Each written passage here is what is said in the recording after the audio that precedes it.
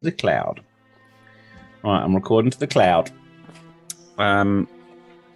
Cool. So we left off last time with you'd just been to see Amelie, who was the Bretonnian mercenary. Yeah. Or ex-Bretonnian mercenary. Well, technically still a mercenary. Who lives in Reichland. She has a writ that allows her and 10 people to fight under a mercenary, legally fight under a mercenary code, basically. But she has to lead them personally. And you found out about some other mercenaries. You also had... Was the chase... the chase wasn't last one, was it? That was one before, I think. On before. Yeah. So yeah, you went to see Lord Aldebert von Wallenstein, who is the Graf's uncle. You went and spoke to him and arranged getting some. Well, you arranged to try and help the town, but he wants to do it all above law. All above law, above board, above board, above law is not a term, is it? Above the law. I'm above the law. What else? I think there's nothing else. Went to the forest, to the red cherry tree people, the maple. The cherry tree gang. The cherry tree bandits. It's the cherry boys. Yes, you went to the band. Yeah, you went and spoke to the bandits, didn't you? And they'd had a bad time. No syrup for them. They were all little maraschino cherries, all dried up. Yeah, they'd had a bad time because they'd been attacked by some mutants. Did you get a chance to look at the calendar thing I sent you, by the way? Briefly, I glanced at it. Cool. It's not massively important. It's just I just set it up as a calendar so that you can see kind of where you are in the year. Yeah, and there's some old faith festivals coming soon, and yeah, you get some festivals and stuff. I don't know why. I assumed that was for Paul and no one else. Oh no, it's for everyone. No, it's just because I couldn't see it properly. And then Cal made fun of me, and then I worked it out. Because they were card things. I thought it was to do with your cards. Oh no, that was just the icons that copied over, basically. Right. So the only thing that's really massively important at the moment is, where are you? So you're in Vorgeheim, which is June, basically, and you're the 8th day in. So it is actually a new moon tomorrow. Yay. A full moon tomorrow, sorry. Oh. Normally, Geheimnisstag would be around this time, and that's when Moorsleep is at its highest. It's when Moorsleep and Mansleep are both a full moon in the sky. Right. It would normally be around this time, but for some reason, the moons are the Moorsleep isn't large enough, basically. So it's almost certainly not going to come this month. You can see by how much it's been growing, because Moorsleep doesn't grow at a normal size. It doesn't, it's because it's the chaos moon, basically. You would guess you've probably got 5 or 6 weeks until Geheimnisnacht, sorry. Geheimnisnacht is what they call the Day of Mystery, and it's a floating holiday. It moves around. And it's only occurs once per year, and it's considered a time when like the veil between the worlds is thin, sometimes like really dangerously so. Different parts of the empire celebrate it differently, but the day itself is dedicated to more, and there's lots of sort of unique festivals and stuff will occur throughout the day, and throughout the empire, and how people go about it is different. It's different to each, basically. It's generally considered it's a bit like Halloween in like the real world, in that it's got that kind of, the worlds are quite close, by the worlds I mean the kind of the realms. Sensible folk tend to lock their doors and bar their windows, etc. In the dwarven holds, they put slayers outside of the fallen holds and stuff. The followers of the dark gods, so mutants and chaos worshippers, it's actually a night of celebration for them because Moorsleep's as high as it can be in the sky. It's generally when chaos is stronger in the world and the winds of magic blow strong, and it basically weakens the borders between reality and the realm of chaos. depending on where you are in the Empire. So obviously you're in Reichland. There's not, there might be sort of provincial places do things differently, but there's nothing particularly strange. Stirland, for example, villages will all light a candle for their dead relatives to kind of make sure they don't come back. Different parts of Reichland will do different things. So what I think we'll do is we'll kind of work out what this part of Reichland do. We can kind of work it out between us, what the villager, what Ours World does and stuff. That can kind of come up as we go around. But like I said, it's in game terms. It's about, you would guess, about 5 or 6 weeks away, which is late. That's late for the year, and you don't know the reason for that. But it's not necessarily a bad thing that it's late. It's just it is uncharacteristically late. Yeah, so that's my starting blurb. Go on. Is that kind of a sort of time where Nehemiah would kind of like his dream and that sort of stuff would be mostly on edge type thing? Yeah, it would be. You probably wouldn't sleep well around this time, so you would be useful. But like most people wouldn't. But you especially, you're a bit more sensitive around this time. You probably don't sleep very well. Any dreams you have are probably quite vivid around this time. So in the past, you probably, as a sort of traveling folk, you might, how you go about it as your kind of particular thing is up to you, because obviously you probably don't have a house where you can bar the doors and stay inside. So how you've gone about it is up to you. But yeah, everyone wouldn't sleep great around Gehemischnacht, but you particularly would have a bad time. Or not necessarily a bad time. It would just be because you're that kind of mystic area and because the abilities you have, your nightmare, your dreams would just be a lot more vivid. Yeah, no, that makes sense. And this year, the first year, I'll have the second sight for it, so I probably think I'm just tripping my balls off. Yeah, cool, nice. Yeah, okay. So we'll pick up whatever you guys want to do. As we've left it, you went back to the tavern after the tavern that I'm in after you spoke to Amelie, and yeah, up to you. Go. So we just need to go back to the camp, don't we? The Red Bandit camp, and tell them to move in outside the city. Yeah. Were they not going to come here, or no? We said we'd go back. Well, no, we need to. The graph said that any mercenaries were happy to sit outside the camp walls, but didn't mention anyone else. So remember, all the red leaf bandits are all outlaws from Outsworld. They have all been made outlaw for whatever reason. Your writ to make the mercenaries will cover Amelie and 9 others. Or And 10 others, sorry. The rest of us, we want to conscript into a hunting party for the mutants, don't we? Yeah, so it was basically regarding like getting them pardons. Any mercenaries that did good work could like be put up for a pardon, but anyone else, I don't think the graph would. Yeah, we kind of need them to fight, don't we, first to prove their worth. That was. I think that was very much the message that was given. Yeah, some of them aren't physically able to do so right now. That's the issue. They only had about a dozen that could fight, I think. About 10. We were there yesterday. Yeah, they've got that. That was fair. There's probably about a dozen people that you think would be able to, at various levels, do something in a fight. That's not included. We also have our mercenary commander, who is perhaps not the greatest in a fight. No, she just needs to be there in person. She doesn't need to be on the front line. She just needs to be. Isn't that right, Pel? She needs to be actively leading them, doesn't she? Yeah, the sort of details of the writ say that it allows her and 10 people under her direct command to act legally as mercenaries in the Empire. So how you interpret that is up to you, but the wording says 10 people under her direct command, and she has to be with them basically. Yeah. But it doesn't say that she has to be on the front line fighting with a sort of like that. That's not it. She has to be there. That's all. Yeah.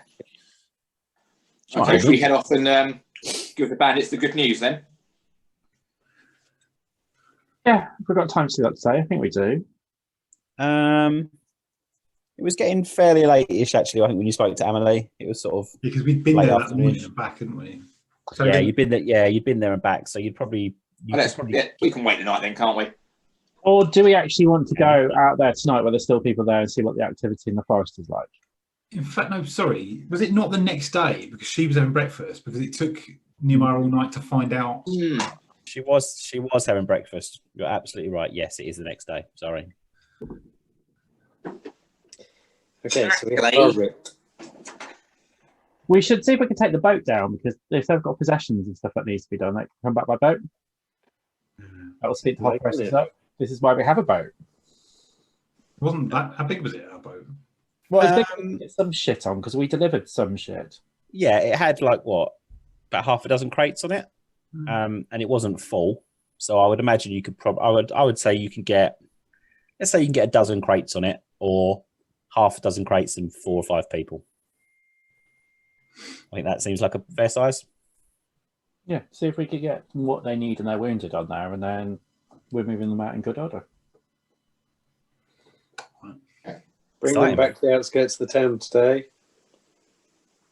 And have what are those two followers of yours called Birth? Have them start setting up a camp just outside. So Old and Wrath. I've sent one of them off already. I'll have you. Yeah. Yeah, Rurf has gone. He's been asked to go. Rurf has gone off, but Bold is still around. And you've got Finn. You've got Finn the boatman as well. So we will need Finn to take the boat with at least, I don't know, a couple of people on it, as close to the camp as possible. Yeah, I so can let me get the ride map. there as well. Yeah, so you could probably ride along the. Let me get the map up for you so you can see. I might actually want to stick the wounded on the boat. That's what I was thinking. Yeah. There you go. Can you see the map? Yes. So you should be able to take the boat up to about here and then go straight across, which would be quicker than cutting through, going across land and going through the woods there. I mean, this is fairly safe because you've been that way a few times now, but it would certainly be quicker and safer by river. And is the general feeling that they're like from up in the mountains on that map, or are they further, like where are they coming from, the mutants? They told you from here when they were here.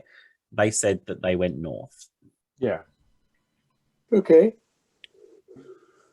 And that would be north on the map.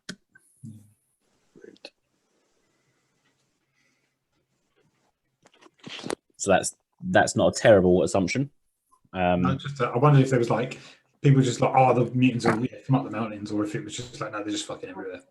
It would be unusual. I mean, they are everywhere. Like that is part of the forests of the empires. There are mutants and beasts and stuff everywhere. But they were quite specific that they sort of went up that way. Yeah, like bands of 4 or 5 are quite common. Bands of 10, 20 is a kind of as a hunting party. I think this was mentioned to be quite a lot larger than that. So it's obviously it's more than a hunting party. But equally, it's quite hard to hide that many people as well. It's there's more tracks, etc., etc. Yeah. Right, unless someone's got anything else to do, should we go? Yeah. And that final, I can't tell them apart. That final red shirt. If we get him to speak to Amelie and get her and her crest down there near where the camp will be, so it's all legit and above board when we turn up with these outlaws. Mm-hmm. I think that's fair. Yeah, you could. Yep, sounds good. Rather than go and do the scene where you just ask her to do some admin, that's fine. Yeah, exactly. Get the admin to do some admin, and we'll meet them there. Yeah, that's fine. You can send your blib blob off to do some admin. That's absolutely fine. If you want to skip all the fun bits, then yeah, go for it, Paul. If you want to role play the admin, Mark? Yeah, how well does he manage to organise everything? I'd like to know that. Okay, let me get some dice. A table. I'd love it if there's a random. Can he read? Can he write? What's his qualifications? Okay, well, he can't read or write.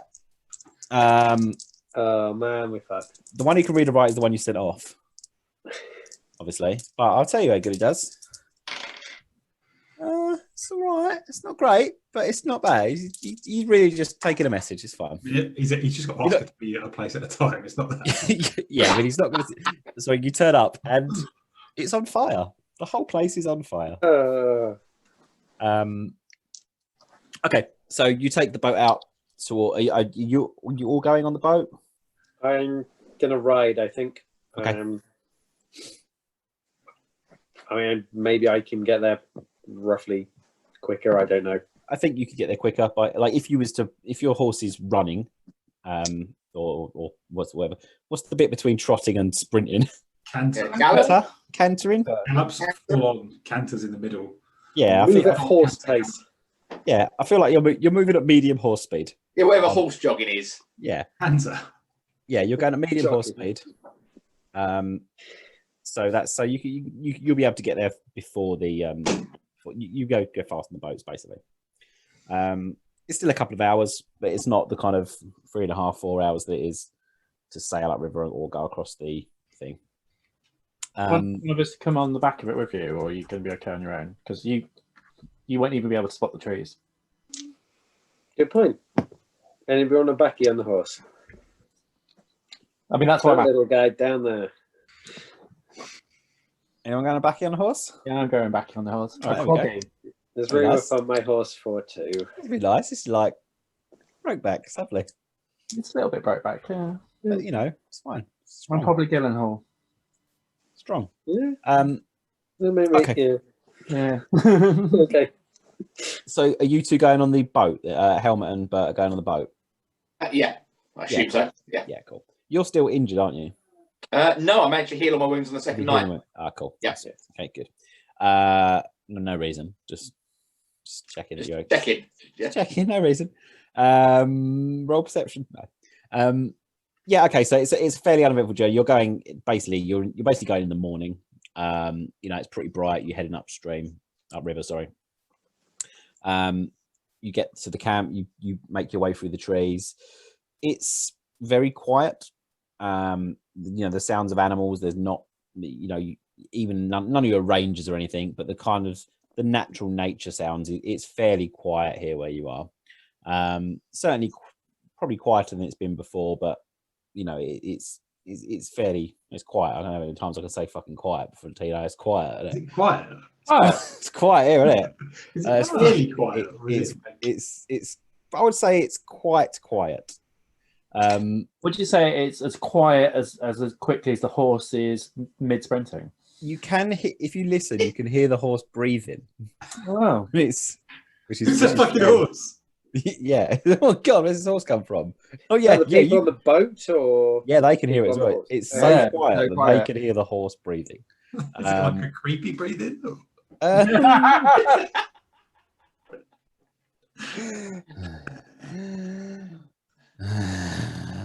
Yes, it's pretty weird. Asthmatic horse. He's not well, is he? Clearly. So yeah, a few hours later, let's say you get there at like midday. You get to the little camp. Ta-da! Ta-da. So you turn back. You can turn up.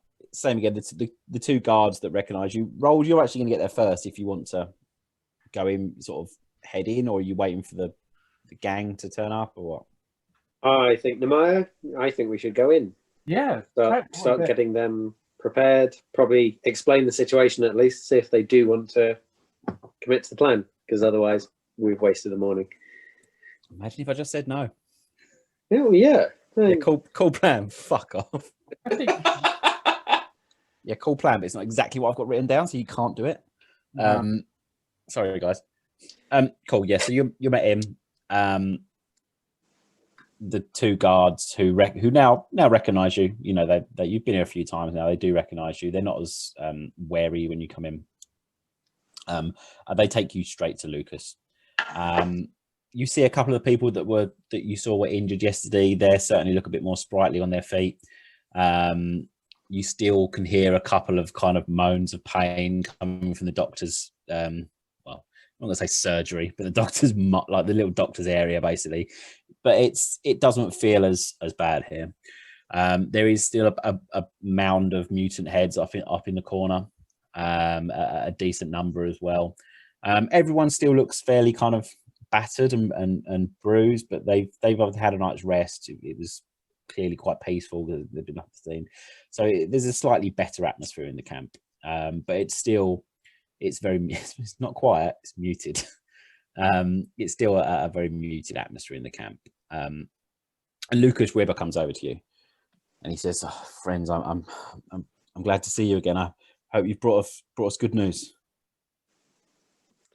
Yes, we have been engaged in, well, dealings in the town. We have a plan that we hope that we can explain to you, and we hope that you'll join us in this. We are forming a mercenary company. We are joining under the banner of a Bretonnian mercenary. He sort of looks confused at you. Yes, hear me out, please. What is the name again? Amelie, yeah. We are forming under the banner of Amelie.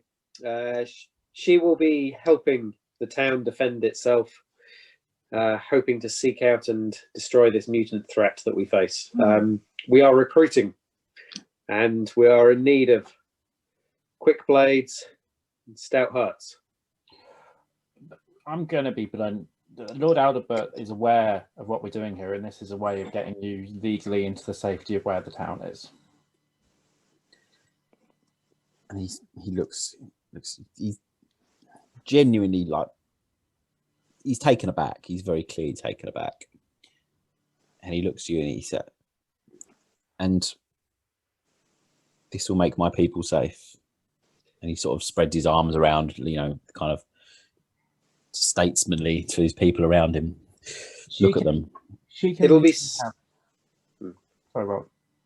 be safer, I think, than you are here. Yes. She can legally have 10. What we would like to suggest is that any more than that, and those of you that are particularly hardy, come with us on a plan of making it more safe in the long term. Well, anything that gets us away from here, and he does look, he sort of looks down and goes, there is still the matter that you mentioned when we first met, the Low Havens. And I want to make sure that you're not, this isn't a trap.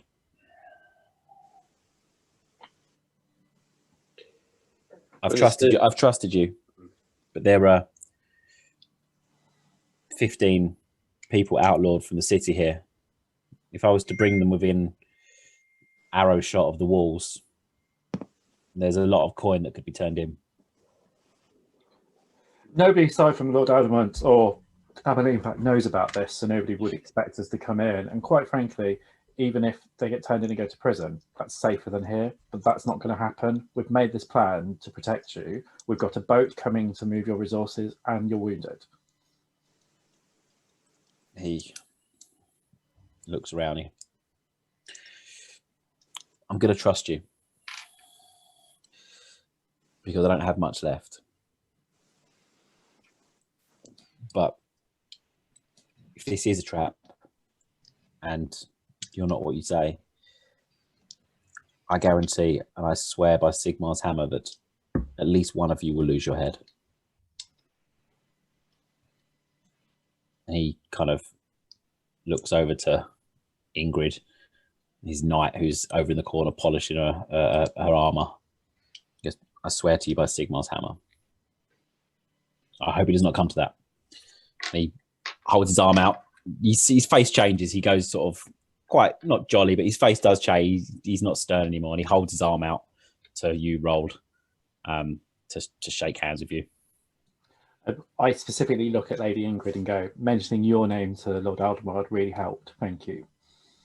She smiles, and you haven't seen her smile actually. You've seen her. You've seen a facade drop a little bit, but she does smile. When you say it, she does genuinely smile, and she's, thank you. Good. I've given her some strong bisexual wizard energy. Yeah, It's classic Paul game. We're going to need to break this camp down quite quickly then. Yes, we should actually bring the heads as well. I think that would be a good idea. Absolutely, there's some coin there. Yes, that should be enough coin to get you with some food and get you started. We'll take the tents and everything. How many of Turn up you and take all the tents down in about 2 minutes. Yeah, great. Montage. I'm going to takedown mode. Come on! None of you are having your car here until your tents are down. Everything by the river. So yeah, he gives the order. You can see people start to look a bit, people are questioning, asking what they're doing, but they don't question him very much. Like when he says something's going to happen, it's going to happen. So they start breaking the camp down, probably about an hour into breaking the camp down, because there's obviously not loads of stuff here, but they've got things to pack up. Helmet, Bert, you arrive. Are you going into the camp? Yeah, I suppose we'll go find Roldan. Cool. So when you arrive, you see the camp's being broken down. The people are folding their tents up. They're packing stuff into crates. Arrived just in time. Yeah, there's still tents to be taken down, but I'm going to check the boat actually. Yeah. I know people like you. But they are breaking the camp down. Some people look wary. Some people look a bit confused. There's still a couple of injured. There's a couple of people who aren't walking. They're leaning on crutches or being carried by others. But there's quite a bit of activity to get it broken down. It's probably it's 2 in the afternoon, 1 in the afternoon, something like that now. Mm-hmm. So are you guys helping take it down or? Yeah, most certainly. I'll lend a hand and get involved.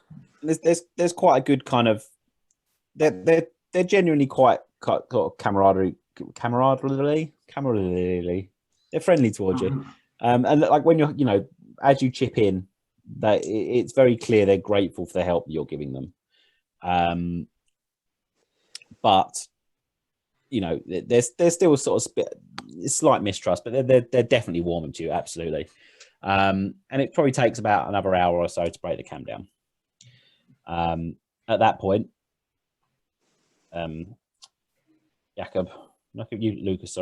Lucas says to you, now we just need to make sure that we can get everyone back.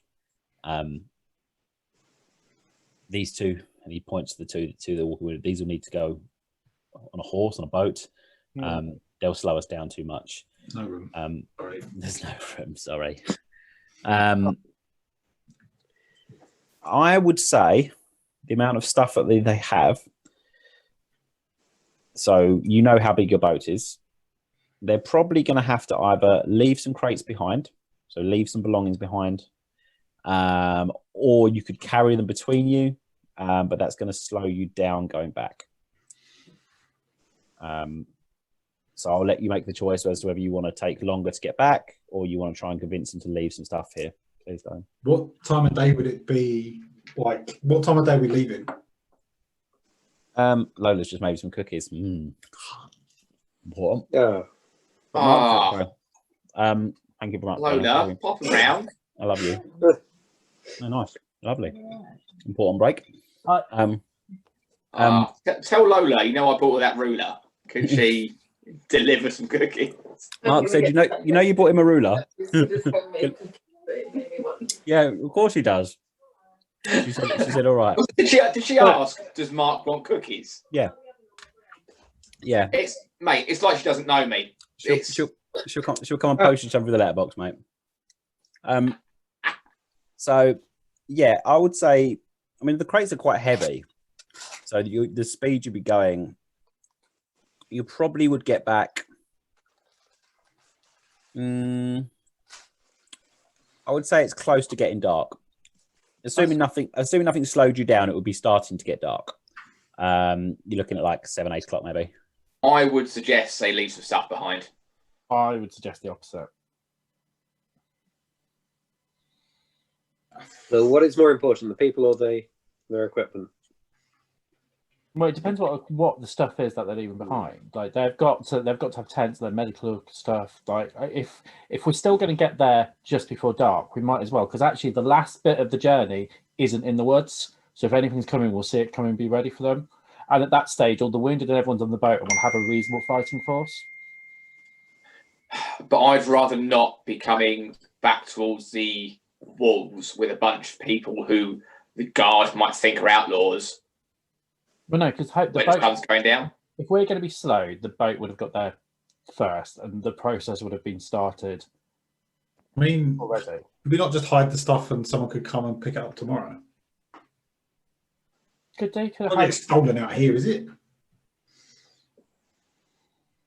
I think that would be my ideal scenario. Okay. Helmut can come and get it tomorrow.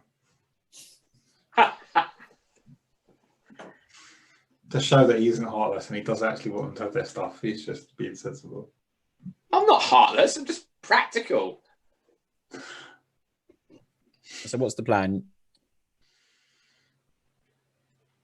Okay. Get the worst injured on the boat. Okay. I think. If someone else with them that's reasonably competent that can start getting everything prepared and can speak to Amelie, maybe Ingrid. Fair. She agrees. She nods. Because also the way that Lord Aldemar thinks about you, you're like the least likely to be arrested. So let's just you can set the whole process off, start the signing of the mercenary writ, and we're good to go, aren't we? Yeah, wait a minute. Sort of like pulled the ghost to one side. I was like, I reckon we could pass her off as Amelie on the. That was actually something I was going to see once we got them next to each other. I don't know. Can she lie? Is she one of these knights that can't lie? That might be a problem. Well, I would say just you wouldn't be able to pass her off as Amelie to Lord Alderwald. No. Aldebert, sorry, because he knows her.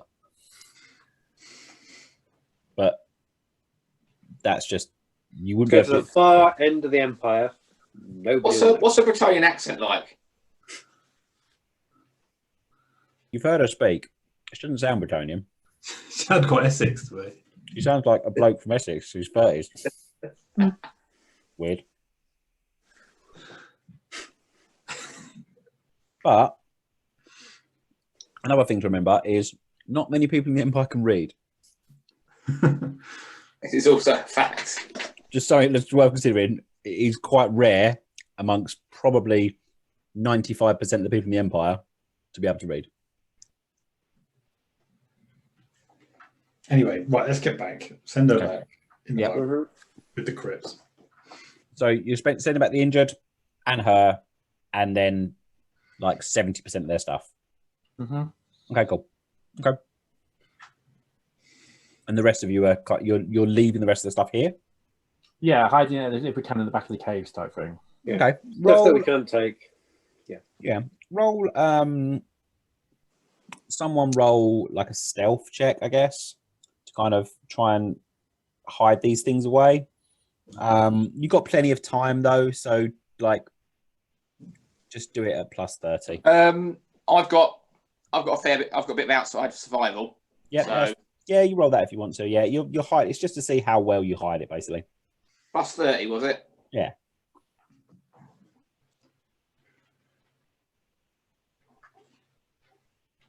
Okay. I've like put a leaf over it, but yeah. He doesn't care if they lose their stuff. I told you. I know that's why he's not even re-rolling. He's so heartless. The problem They're coming from the rain. the problem you're finding is like the crates are quite big. That's what they've got.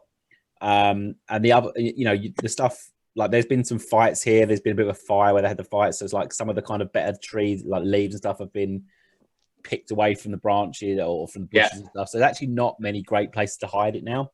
Yeah. I mean, you can. I'll do the best I can. I'll put a tent up in a tree, something like that. Crack it. You put a tent up a tree. Okay. Everyone finds it hilarious. Almost everyone finds it hilarious.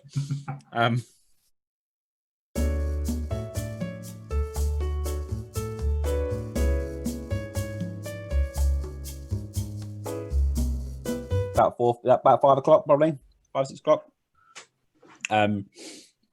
As you're coming, the boat arrives first. What are you having the boatman go into the town, or are you having him stop outside the walls? Stop outside the walls. Okay. So the boatman turned up first, and the guards, quite understandably, look a bit confused as to why this guy starts unloading stuff, not in the docks. And they shout over to the Finn. Who's on the boat? Sorry, I'll go with the boat. Anyone? Okay. And they shout over. Oh there. What's your business? We're delivering the supplies for the new mercenary camp under the banner of Amelie to help protect the town. Supplies and folk. What? We spoke to Lord Adalbert. He's aware of this, but Amelie is re-raising her banner. And he looks a bit confused towards you. Amelie. Amelie, yep. Old Amelie. Yes. And his mate sort of looks over. Notices you're the ones from the We're fight outside. the giant troll killers, the heroes of the town. Yes, that would be us. And he sort of nudges his mate. He goes, I think they're legit. His mate's like, all right. He goes, well, make sure you're more than 45 paces away from the walls as is standard, but Okay. fine. Standard rules apply. Yeah. No vagrancy, no begging, That's the plan. no loud music. Music. Curfew after 10 p.m. Yep. And I guess you start unloading some stuff. I start supervising. Yeah, well, yeah, fair. You're probably quite good at this, being a kind of, being one of the sort of traveling folk. You're actually probably quite good at setting up a camp and stuff. And then the rest of the cool guy gang arrive about an hour or so later. So yeah, the camp is there is now a kind of camp being erected outside the walls. It's exciting, isn't it? Does Blob turn up with the banner and stuff? Or Blob is there with the banner, yes. So he's a little bit later. He's later than you expected him to be. has he been drinking? Can I smell Jaeger on him? You can smell wine on him. Oh, Yeah. Yeah. His teeth are a bit red. And he looks a little bit shocked. David looks a little bit shocked. And he turns up with Amelie. She looks in a great mood. He smell of lavender. She's in a great mood. I see. He's got a lavendery smell to him, Yeah. which is unusual. But he is carrying her banner. Did we agree what a heraldry was? Something about croissants on a blue field. Okay, it's not that. It was actually croissants. I think it was the croissants. Wasn't it? Yeah, we did. Give it a garlic, a croissant, and two baguettes. Yeah, that's definitely what it is. Do you know what? I'm going to find cross baguettes. two cross baguette. Right, let's find her banner. It's two cross Garlic baguette. clove rampant. Yeah. Right, 1 second. Let's choose one of these.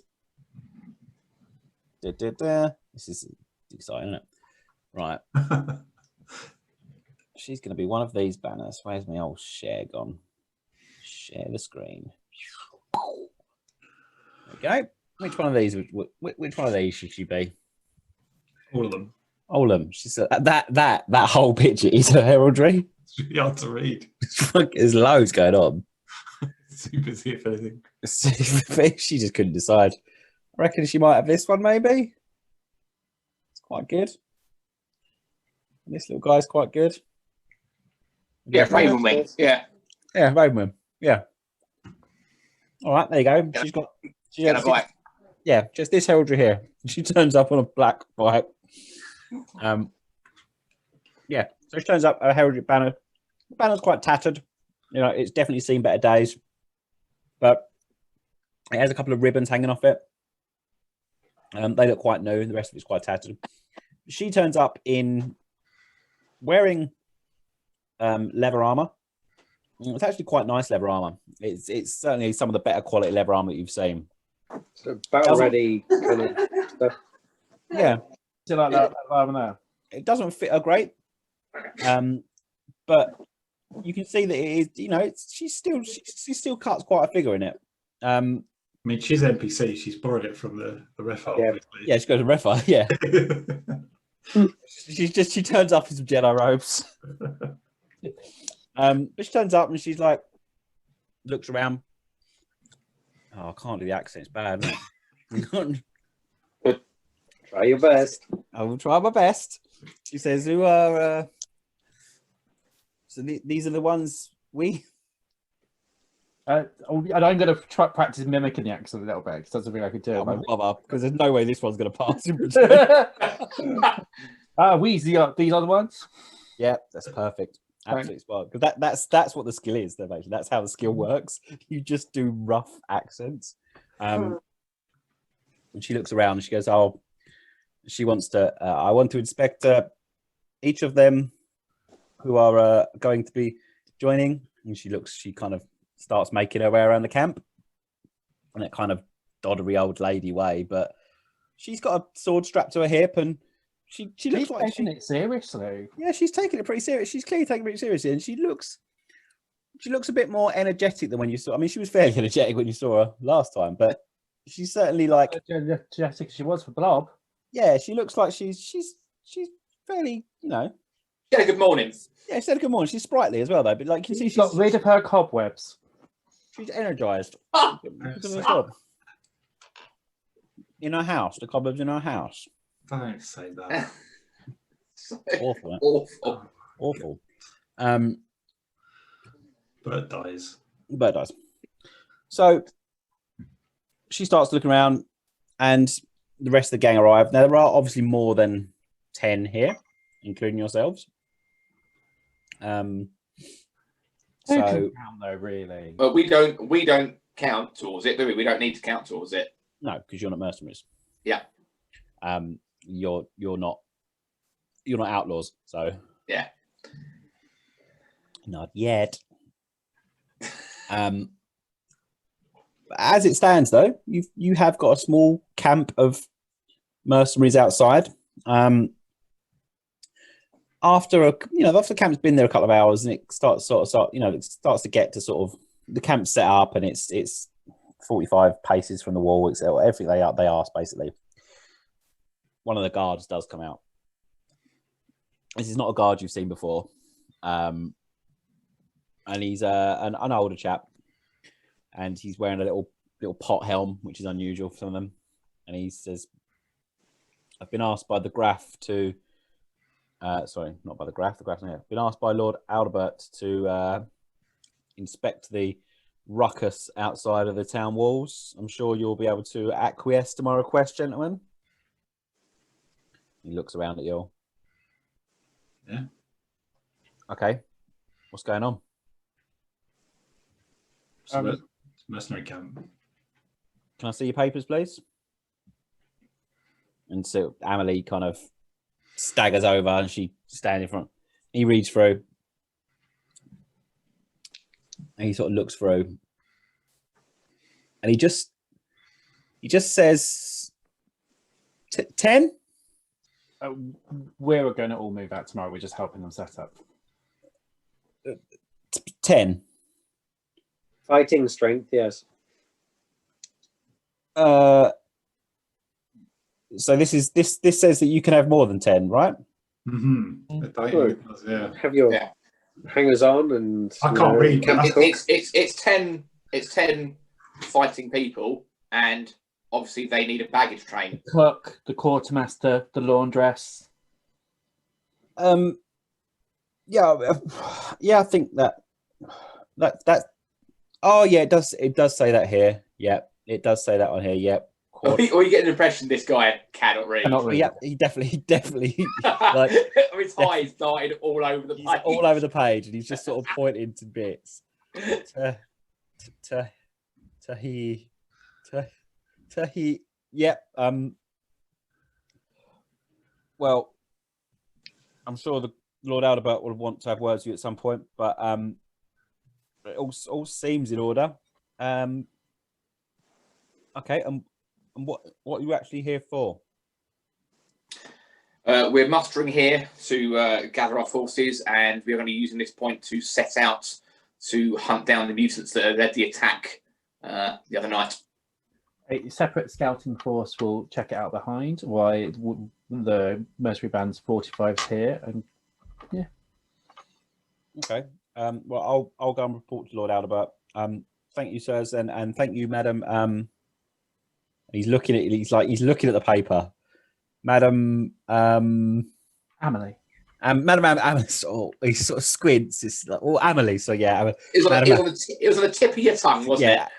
Yeah, that's Bretonnian. It's a Bretonnian name. It is unusual. Yeah, Madam Amelie. Thank you. And she's wee, and she sort of brushes him off. All right. I would say that this, like, you've got your gang. You've got your gang of little mercenaries now. They have their little camp. What's the camp like? What have they just sort of recreated the kind of camp they had before? What's it's like one giant white gazebo. Okay, yep, good. I reckon there's half a oil barrel as like a fire pit. Yeah, loose Hessian walls. Yeah, love it. I thought, you know, that guy came over. I thought you said, you've seen this guy before. He's got like a high vis on and a radio. Sorry, you can't camp here. Sorry, you can't come in. Oh, damn. You've got one very unhappy looking guy with quite a broad accent having a go at his missus about the fact that there aren't any fucking bees. And there's like one like god awful tent that they're doing their best to hide behind all the others. Yeah, that's good. Yeah, sort of looks a bit plasticky. Yeah. Tarp over it. Yep. I put some like flowers around it to make it look a bit more like yeah, fine. Or if they're lucky, a bit of camo netting. Yeah, sounds good. Classic. It's a yacht club, mate. Camo netting. Fucking blast from the past. Yep. Old school that. Okay. So you've got you have your mercenary camp set up, but I'm not going to do any more unless you particularly want to do anything here. If there's anything specifically you want to do with this little band of mercenaries you have, it's enough logistics. I suppose actually find out who are the ones that are going to be coming out with us tomorrow, and actually just spend the evening with them. Okay, that sounds good. Just kind of get to know them, get to know who they are, and get a feel for them. Yeah, have a bit of Jaeger.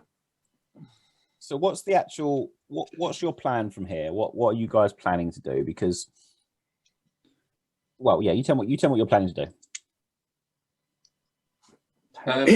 No. Yeah, correct me if I'm wrong, but I think the plan was to go and try and track down this band, this group of about a dozen or so, maybe slightly more, that went slightly north. I thought the idea was it would be quite easy to sort of track, and we were going to follow them and see what happened. I thought there'd be a lot more than a dozen by now. I thought we were just trying to get these guys safe and then think, what the hell do we do next? Well, no, because there was always more than 10, and so we wanted for them to come with us because we don't. Yeah, I think the plan was they could be hired under a mercenary banner to legally go and do some work and therefore receive pardons. I think, and that work was to go and track down this band of mutants. I thought we were just trying to get them near the town so they were safe. But yes, but then also the thing that Mark said. Yeah, that's how I remember it. That just to clarify, there was the impression that there was a lot more than just a dozen. Yeah. That it's not just a small, but they had a scrap with a decent amount, but the impression was that there was lots more out there. So just so you're aware, it's not just a dozen. Okay. That's been said. You know, the camps and stuff. They said there was more out there, but they have no idea of numbers. You're not talking hundreds, but it's a decent number. It's sort of a small war band as opposed to a small group or army. Yeah, I think that's fair. What's in between an army and like a group? What's kind of in between? Like a sort of gang crew? Gang? No, gang. No, it'd be like a herd. No, it's not. It's best beast, isn't it? Yeah, it's a small amount. Right. What? Gore. War. Yeah, well, war band's probably right. But cool. Okay, well, I suggest then maybe we could at least see if we can catch a straggler or two or something like that and question them as to what's going on. And also, actually, I'm catching up with where we were. We did say we'd try and recruit people from the town and the nutters as well, didn't we? Oh, the flagellants, yes. Yes. But I wonder if Nehemiah, do you think there's anyone that would just join us? handy with a blade. Quite handy with his sword. Yeah. Yeah, I think that's Good this at the marketplace. Oh, we're back in the town now. Well, this sword's got good. Balance. Oh, yes, yeah. I mean, I'd like to Yeah. get out there as quickly as possible because I want to be there and back before Gardenstag because I don't really want to be out there on that night with all the mutants. Quite frankly. Yeah, you absolutely don't want to be in the forest on that night, No. but that is like 6 weeks away. So, all right. Is there anything you want to do in the town? Anyone? Well, we should maybe get the flagellants, but I don't want to speak to them. They disturb me. I don't want to speak to them. They smell. They do. They definitely smell. Like they really do smell. Is it? So you want to? You spend? Are you spending the night with some of the guards and stuff? Not the guards. Sorry, the bandits and working out who's going to come with us. You know. Yeah, my plan is to spend the evening with the people that are going out to get a feel for them. Yeah, So who you can trust, who reckon's going to run away, that sort of thing. I'm hoping Ingrid comes. So she, you can spend the night. We'll do like a kind of spend the night thing. You can spend the night around the camp with them. Come up with 10 names of people that are going to go with you. But you get a decent bunch. You get a couple of people that are, a couple of people that have a bow. They're clear. There's a couple of people that what would be considered sort of rangers, people that are poachers and stuff. There's a couple of those. There's a couple of people that look like they know how to handle a sword properly. There's probably only 3 or 4 that really I know what they're doing in a sort of stand-up fight, as well as Ingrid. The rest are larpers, basically. They're Nehemiah. The rest do a bit of training on the Sunday before they. Okay, so they're better than Nehemiah. Yeah, but they do it on Don't Sunday. put yourself down. You just surprised me well the last time it was fun for someone. Yeah, that is true. Yeah. But yeah, you get a bit of a feel for them, and you spend a bit of time with them, and they warm to you. They do genuinely warm to you. That's probably the booze, but that's fine. Could be the booze, yeah. And they. What about their mutant heads? You're gonna go and cash them in? Yeah, I suppose you got to cash them in. Yeah. Yeah, they've got a good bunch actually. They've got like 20.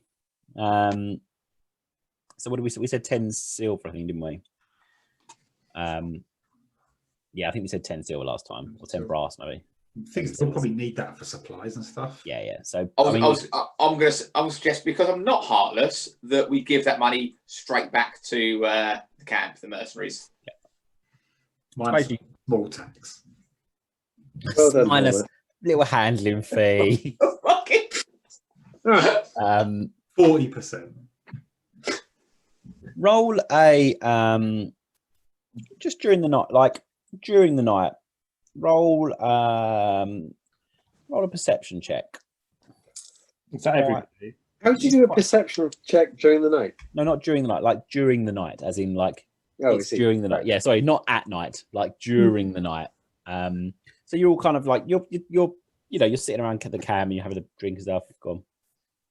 So was that all of us? Yeah, why not? Basic roll, yeah. Yeah. Anyone who's sitting drinking, do it at standard. Anyone who hasn't drunk anything at all can get a bonus, but no. Okay. Drunk. 1 degree of success. 1 degree. I also have 1 degree. Okay. I got 6 degrees of failure. So. Okay. But you don't notice anything. Plastered. Come on, guys. However, Nehemiah and Rold, for whatever reason, you're not quite as you're not as in your cups as everyone else. You're also a little bit kind of wary as you're during the night, as the party's going. You see a sort of a small figure sort of around the edges of the camp, and as you look over there, they duck behind a tent. And the first time you see it, you're not sure what you actually see. You didn't think you saw anything at all, actually, until you see it about half an hour later. Same figure, very small, like a child, basically, over in the corner of the tent. As you spot them the second time, they notice that you've spotted them. and they step back into the dark, like back towards the town, basically, and they'll make their way back towards the town. Not a run though. They're clearly trying to sort of stay low, basically. Maya, Mm-hmm. you fancy a little jaunt? Yeah, why not? Because nothing ever goes wrong when we do that. Woo! Right. Let's get on the horse and let's ride into town. I love getting a croggy on the horse. Yeah. So are you chasing the figure? No, let's ride into town and let's ride to the Low Havens. Okay. Are you just going a different? Are you following the figure, or are you going a different way into town? I guess riding through the town as best we can, whatever routes that will get us. It was over the other side, I think, wasn't it? So, yeah, you'd have to you probably just going through their door, basically. Yeah. So you can wait. You make your way back. You make your way over. You've got to sort of go the long way around, basically. As it is the long way around of that, the figure that you followed or didn't follow, you see a figure coming in through a kind of like a little side door in the camp, like a small kind of side door, not in the camp, sorry, in the town wall. When you said side door, I immediately thought it's like a cat flap. Little cat flap, yeah, like cat flap. You see, there's like a little cat flap in the side of the camp, inside of the town, that the figure goes into, and it is quite near to the Low Havens encampment. I don't think that was a child, I say in my caps. likewise.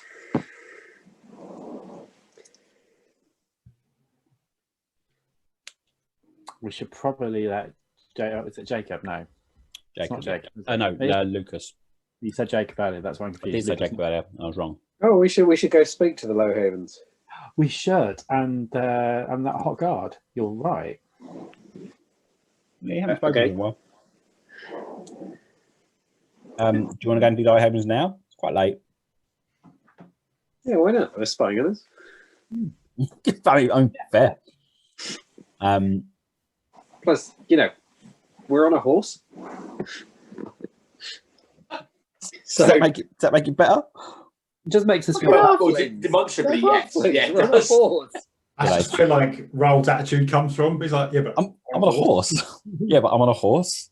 That's So the you only can't reason. really, I'm on a horse. Yeah, sir, you literally can't fit the horse in here. I'm on a horse.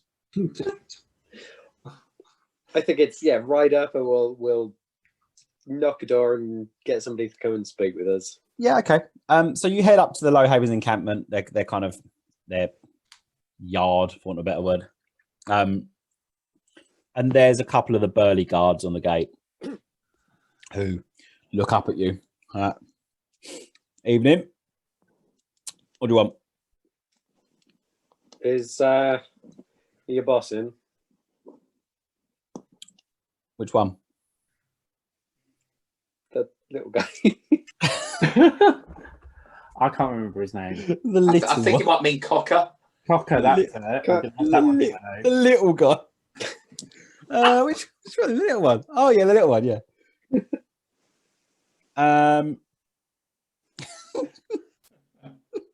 The little one. Look, I'm on a horse. All right. Everyone's little. Look, I'm on a horse. Everyone's little. He looks up and he says, "I'm gonna wait for Tom to come back to life." Yeah. Mr. Lowhaven's retired for the evening. Which is way past his bedtime. And he's sort of like, his mate giggles a little bit. He's like, "Is there some sort of message we can pass on for you?" Yeah, we want to talk with him as soon as we can about the security of the town and his business here.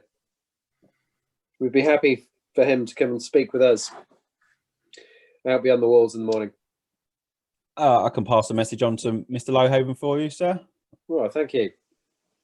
And he is that all? And he kind of shuffles a bit steadily. He puts his hand on the hilt of his sword. Is that all? Yeah. Oh, All right. yeah. Yeah. That's all for now. Okay. And he sort of looks at your horse. And actually, if you're on a horse, if you're on a horse, and you're bigger than someone, you cause fear in them. Like size actually causes fear in the eye. So he's a bit nervous because you are on a horse, which is quite scary. Yeah, exactly. So yeah, it's actually true. You're on a horse. He's like, okay, well, I'll pass on the message to Mr. Lowhaven. I'm sure he'll speak to you tomorrow. And the camp outside, yeah? Yeah. Yeah, we'll be. Thank you, sirs. And he kind of just goes back to generic guard lurking. You know that lurking that guards do that mean you can, like, they've got a field of vision. There's a field of vision guards, and they're talking to each other. And if you had like a sort of like a distraction bomb that you if you threw like a stone, that all fucking that sort of 90 degrees forward. Yeah. They go back to doing generic guard work. If you stay there and listen to them long enough, they start repeating the same conversation. Yeah. They just they have the same the same shit jokes. Yeah. Yeah, you guys can do what you want. If there's anything else you particularly want to do this evening or discuss, then no, I'm good. Let's return to the camp. I think. Yeah. Turn to Birth whilst we're sitting up. Ron's gone for a long piss, isn't he? He's come with Nehemiah as well. Oh, well, each their own, eh? Right, isn't it? Yeah, and the members of the Mercenary Band, like they've really warmed to you. They're not treating you like one of their own, but the fact that you're sitting with them, you've helped them get back. This is the closest they've been, and definitely, and they tell you this is the safest they've felt in a long time. And the more for them. More for them. All right. So do you want to have a little sleeps? Yeah, little sleeps. Or stay up forever? Stay up forever. Yeah. It's definitely up until like 6 a.m. Yeah. See the dawn. Oh yeah, they have a rave. Oh yeah, they start. Is there a tent with a rave going on? Yeah, the Red Leaf Bandits is actually the Red Leaf is their like street name for ecstasy, and they just get absolutely fucking on it straight. That is why they were outlawed. That's why they're outlawed, because they are drug dealers. They're criminals. You didn't ask, did you? You didn't ask why they're outlawed. Okay. You sleep through the night.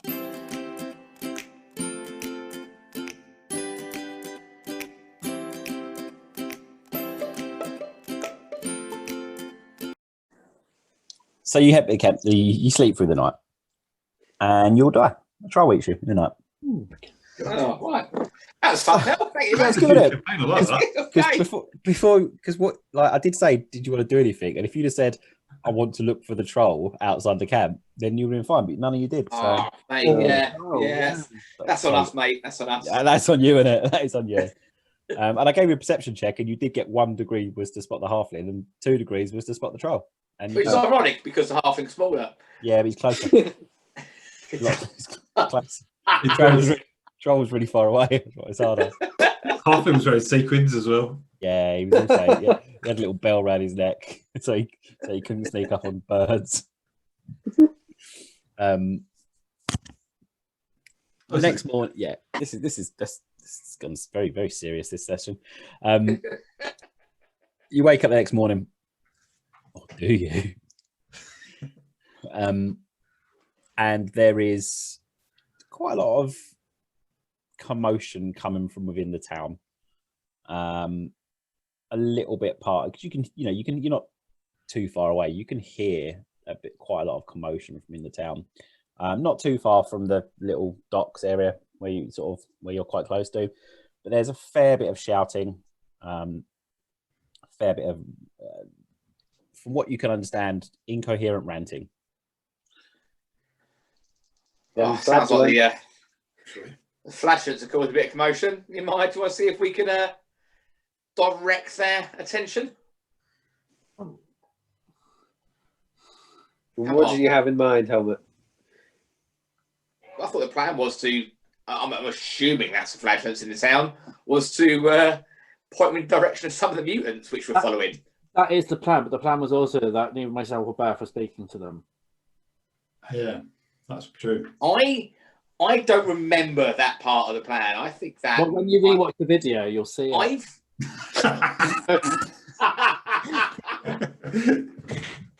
Whoa! The problem is, I've seen you use that downtime skill of rabble rouse, so I know that you are good at getting this. Helmet. Bagsy not doing it. Yeah, Bagsy's not doing it. Sorry, it does say in the game rules actually if someone calls Bagsy. Besides, me and Beth have got to wait here for Cocker. Rolled.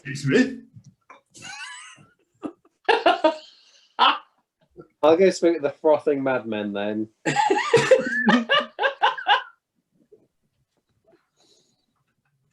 What's going on? Well, you're on a horse. You're further away. It's fine. Yeah, if you're going, just go and speak to. You'll scare them with your horse if you go and speak to the flash. The posh noble's going to get lynched by madmen.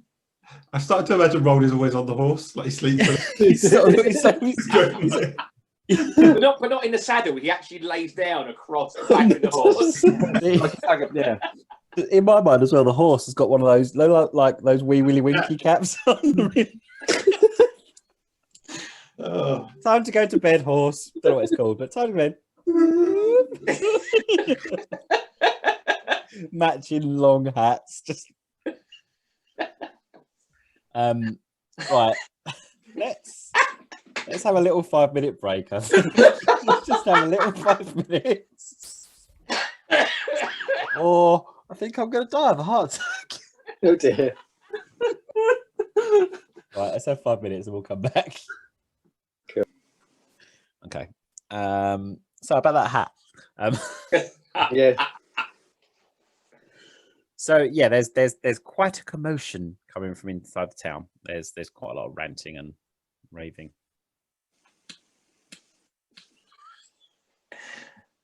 Raving, yeah. Which is weird because the race started in the camp, so like they obviously it's after parties now. They're on a camp stomp. That's what's happening. It's the after party. They're all like, game team. Yeah, game team stomp. Flathead's there. He's getting pee. Flathead's still drinking. Yeah, it's found ads. Chaos. That's the real chaos. It's the real dark power. Yeah, right, what are you doing? You can just ignore it if you want. No, I want to go out of town and see what's going on. Yeah, here we I'll nibble on that plot hook, parents. You can just ignore it if you want. It's fine. Turn out there's nothing there. It's a trick. It was a guy who did a pantomime. Yeah. So as you make your way in again, you head towards the what was the market. What was the market? Oh God. You head towards the marketplace. Where there was a couple of flagellants before, there's now a handful of them. There's 5 or 6 there. And they are ranting away at a crowd. But you can actually see 2 other figures with them who you can't quite make out from where you are. I mean, how close you get. I will move into position where I can see who they are. Yeah, cool. So you have. Are they sort of in amongst the flashlands, but clearly not flashlands? Yeah. So you push around. You have to sort of make your way to the front of the crowd. But again, people, as with last time, people are giving them a wide berth. There, as you move forward, you see a figure that you don't recognise. Short, stout fellow, wearing quite good armor. Let me get my little description of him up. I've got it. Okay. Yeah, so a short, stout fellow, armored, looks pretty rough, fairly kind of. He clearly looks like he can handle himself. There's a large sword over his back, and he's standing next to someone who you do recognise, and it is the figure of if I remember his name. It is the witch hunter. It is the witch hunter. Whose name I can't remember. Yes. Thomas. I've got no. Tomash. Yes, Tomash Becker. Yeah. The figure of Tomash Becker. Oh no, a rabble. There's a rabble. Shit. So the figure of Tomash Becker is standing among them. It doesn't look like he's directing them, but he's sort of standing among them. They're not giving him any trouble. However, they are shouting into the crowd. They're shouting, "Sinners, repent!" The dark moon fears Sigmar's wrath, so it comes late. All sorts of generic madman kind of things, but they're fairly whipped up, and people look quite concerned around. Town guards aren't willing to go near them, and Tomash is quite happy to let them rant at the moment as he's talking to the fellow next to him. Did anyone else come with you? Am I by myself? No, I'm there as well, I believe. I think I thought I was. I just said I wasn't talking to them. Yeah, that was pretty much what I'm doing. Cool. Expecting to get stopped by one of the witch hunters. Putting a bit of a bowl on, fucking confidence. I'm heading towards Tomash. Yep. So as you come again, one of the flagellants points towards you. His nails are horrible and cracked and bloody, and just says, sinner, unclean, and sort of stares at his cracked teeth. Is horrible. And Tom, go on. I'll say, unless he physically gets in my way, I'm going to ignore them. Yeah, no, they don't get you. It's that kind of like they're just happy to just shout at people and be really awful. One of them is, openly kind of this open wounds across his back. There's sores all across their arm. These are not good. McKenna. Well, yeah, I mean, McKenna, they look a bit like McKenna if he was playing a flagellant. Yeah, that's fair. Yeah, he just got an IKEA mat round his kit. Oh, yeah, a little tattoo around his belly button. And Tomash Becker looks over towards you and just you one of the two that he saw. He's seen you all, hasn't he? Yeah. Yeah, that's why I'm not getting in his. Yeah, he has seen you all before. Yeah, and he just looks at you, looks a bit frustrated, and just says, "I'm unwilling to speak to any more people who are here to irritate me this day. You would do well to leave, sir." Lord Becker, did you receive my letter? I received a letter. Helmut Schneider. I wrote to you a couple of days ago and sent a man to send a letter to you. I've been on the road for a little over a week for a letter that I received almost 2 weeks ago. From a time perspective, that's completely out from my timing of the letter, isn't it? Completely out from your time of the letter. Yours went yesterday. Yeah. Yes. That is roughly in terms of when it would have been. It would have been probably a day or so after he left. Sorry, he would have received it 2 weeks ago. So that would have been about a week after he left. Right, okay. Which is roughly how long the ride from here to where he is. Okay, so it would have been a letter that was sent almost immediately after he left, but only called him when he stopped. Yes, it would. Okay. Yeah, right. Absolutely. Yeah. So also that he was in. I can't remember the name of the town, but I will get it up.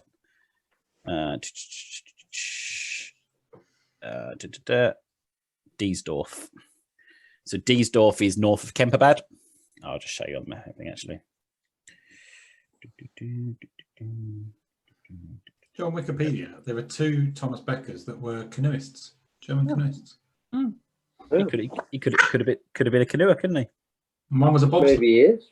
And will you please make this a section thing where you will give out a little fact about a name of one of the characters? I don't know if I'd rather he was the bobsledder or the canoeists. Okay. Probably canoe makes more sense for Reichland. Yeah. It's not a river there. And they were German, but they were both German slalom canoeists. So. Yeah, there you go. So Diesdorf is where there is a witch hunter or a Sigmar Templars, as they're actually called, sort of enclave, like headquarters kind of thing. And that's where he's been. That's where you came from Kemperbad. That was a few days. That's another few days. So it's about a week or so with a stopover. So cool. So to answer your question, Mark, yes, there was a letter that was sent almost immediately after you went. Cool, but it's not my letter. Because that would be just about getting to do stuff now or wherever it is. Yeah. So, it's probably about here at the moment. Glib is on a wasted journey. Yeah, it's probably about there at the moment. What? I bet he's having great fun.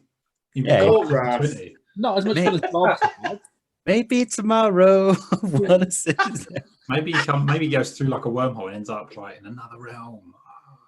No, what's going to happen is in our final fight of the final session, when everyone's down, he's going to turn up and hit the bad guy and kill him. And go, I delivered your letter, guys. He's going to turn up like Gandalf at a fucking like. On the 40th day.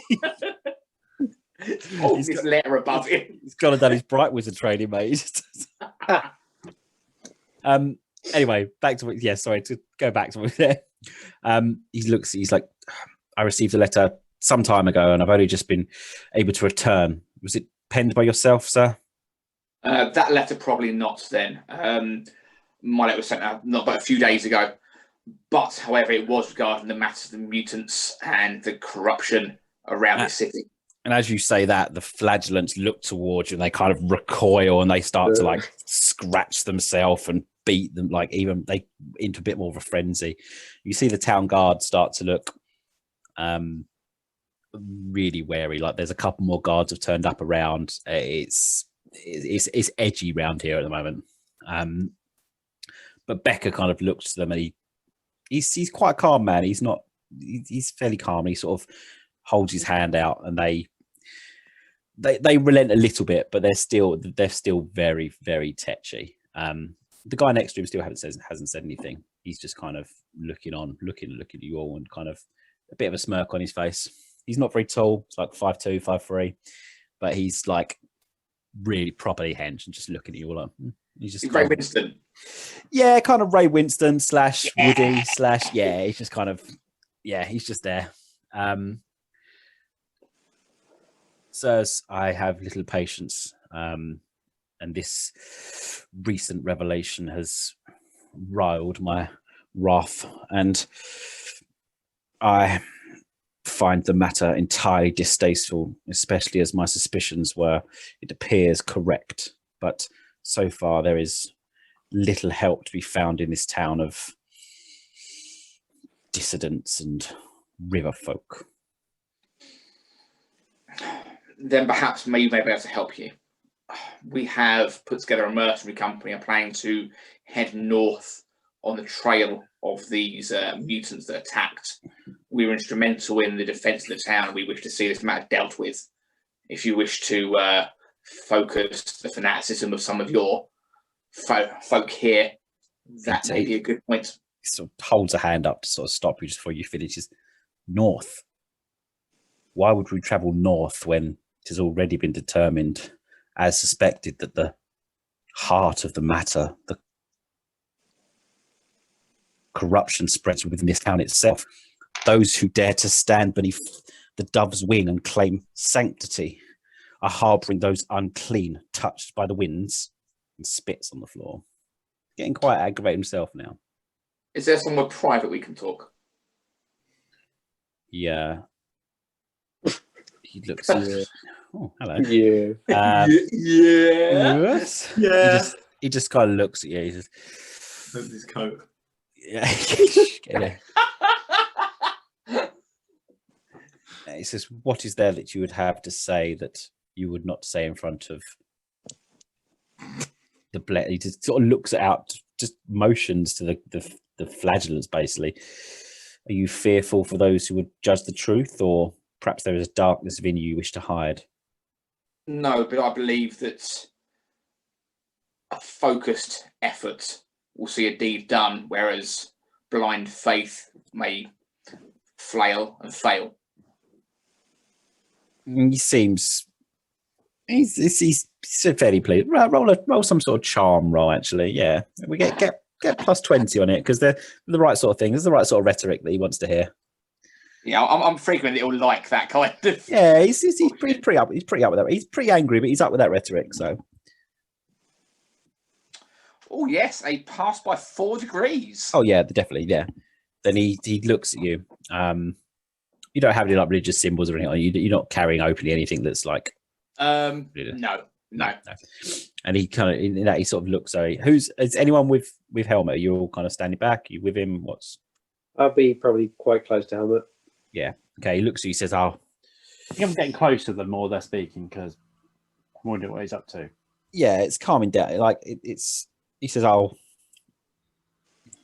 grant you a moment of time, sir, for you have been naught but helpful, and you certainly speak with the passion of one who is correctly minded, but know that I have very little time and resources, yet I still intend to fulfill that which the masters have set me."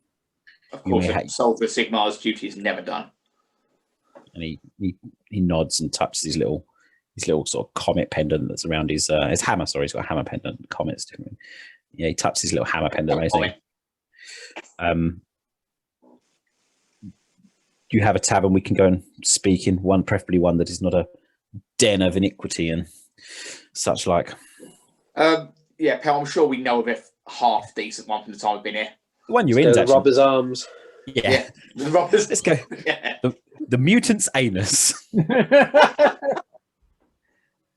Recidivist's Hole. Yeah, there's a fairly. Actually, the one you're standing in isn't terrible. The one you're standing is all right. We'll go there, then. Yeah. That's all right for the purposes of this. So he motions to the flagellants, who continue to kind of just rant bollocks, basically, but they step out of the way. And the guy with him stays a kind of few feet behind you, but he comes with you as well. And Tom Ash is sort of turns. She goes, "I recognise all of you from before. You were outside the church, yes? Yes. The temple. And you've been inside it?" No. We haven't, we? But we didn't get in. I mean, are you saying that out loud? No, that's Paul. I thought we didn't get in. That's what I remember. So That was that. Oh, No, I'm blagging the shit I see. Yeah. Okay. No, we didn't get in. You have been in, because you went in when you went right at the beginning. You went in. Yes, right when he was there, wasn't he? Yeah. Actually, after he'd been fucked. He'd been fucked because he got turned away, didn't he? Oh yeah. Okay. Yeah. No, we were slightly wounded after being attacked by bandits on the way and sought some help, but unfortunately we were barred at the gates. We were not allowed to enter. Yes, exactly what I would expect from them, especially given the troubling news that we received from someone, a faithful citizen in this this derelict town. And he sort of mumbles about that for a bit, but anyway, let's just sit and discuss. You get to the tavern. You find a suitably dark corner in a dramatically dark corner. Yeah, and you get to have a little. There you go. Get me tavern one on. There you go. All right, thanks. And he sits, and you have he motions to the bar person as he steps in. It's like that sort of scene in a western. The door opens and like the piano ding ding stops. like it stops. Like there's a bird that's like stops mid-flight as it's like flying out the window. Like, it just sort of hovers in the air for a couple of seconds. Like someone spilt their drink, but it's just halfway out the glass. And then like it's like a couple of seconds, everyone sort of looks at it, and then they all like look down at their drinks. Barkeep, 5 ales, please. Yeah, everyone sort of looks down at the drink, and sort of it becomes a lot quieter in the tavern suddenly as he kind of casts his eye around. And he says, and he sits down, and he calls you over some drink. They have some drinks brought over for you. You have, as long as it takes me to finish this drink, to speak openly. And he just chugs it. Hey! It's Buffy the Witch Hunter, mate. You got a second. You are here in the understand town. that we are Sorry. humble servants of the Empire, and we have done everything we have within our power to do his duty done. And what we do is pass on information to you, the rightful witch hunters in this matter. Yet you told me that it was not you who sent me the letter. I sent you a letter, but I believe not the letter that you received. I believe my man is unfortunately now probably on a wasted path. Hopefully I'll see him again. Well, I shall take your word for it, but what then can you aid me with? I assume you know of the attack by mutants upon this town not 2-3 moons ago? Knights. Yeah. Knights. Yes, I had been made aware. Yes, I was made aware that there was a raid of some sort. And during that time, we leapt to the defence of the town and slew many mutants, including one particularly large war leader. But something came to light. Killed him yourself, did you? Sorry, what was that? Killed the large one yourself, did you? I'd say I put most of the legwork in. But just to be clear, the killing blow, that was you, was it? Sigmar guided my blade. He doesn't say that. He doesn't give a shit. Yes, we are focusing our endeavours on trying to locate the den, the secret place in which they dwell, and threaten this town from. There's something that is drawing them here, we think, but our concerns are trying to keep the people of the town safe. We have enlisted the aid of a mercenary company to bolster the town's defences and hopefully lead a force to deal with these creatures out in the woods. It's a shame that there are not more that we can spare from the order, or that perhaps our young Carl Franz has not taken quite so many people to the frozen north. The wars have left all our lands bereft of defences at times, but Sigmar leads strength to those in need. So tell me what you know of this. And we are thankful for those who are faithful. But tell me what you know of this town. During the attack, around the back of the temple, an exchange was seen. I'm just looking daggers at Helmet. Yeah, I am doubling down. From what you know, a child was given over from the members of the temple to these mutants. You see his fist balls. He's sitting crossed-armed, but you can see that the knuckles are going white. And he's only got one set of knuckles with his hands. So, all 5 sets of knuckles. Yeah. He was a mutant all along. One of the mutants that we knocked unconscious during the exchange mumbled something about the prince has come. Those touched by the winds are always well doing in speaking in tongues and nonsense. I care very little for their prophecies and lies. You would do well to ignore them also. From what we believe, these mutants have headed north with this child. If this child is an innocent son or daughter of Sigmar, we would see them rescued. And that is why we are heading north. You're heading to the wastes. I would say we've not headed to the wastes, but that is the direction we are heading. My concerns are a little close to home. I'm afraid the loss of one babe is very little to the safety of the church and Sigmar's faith as a whole. I'm afraid that as it stands, I'll be unable to aid you, and nor will Holsfeller here. But perhaps if my work in this town were to be completed in good time, then we would be able to accompany you if you believe there's a threat outside there. Forgive my impotence at suggesting something to a man of your stature, but if this child was given over to these mutants, surely it would stand to reason that this would be valuable to them and would therefore be important for us to deny them. Mutants and those touched by the realms are foul creatures who dine upon babe flesh. We know this. Surely it is naught but food. The important thing is to find out why it was given over by townsfolk, surely.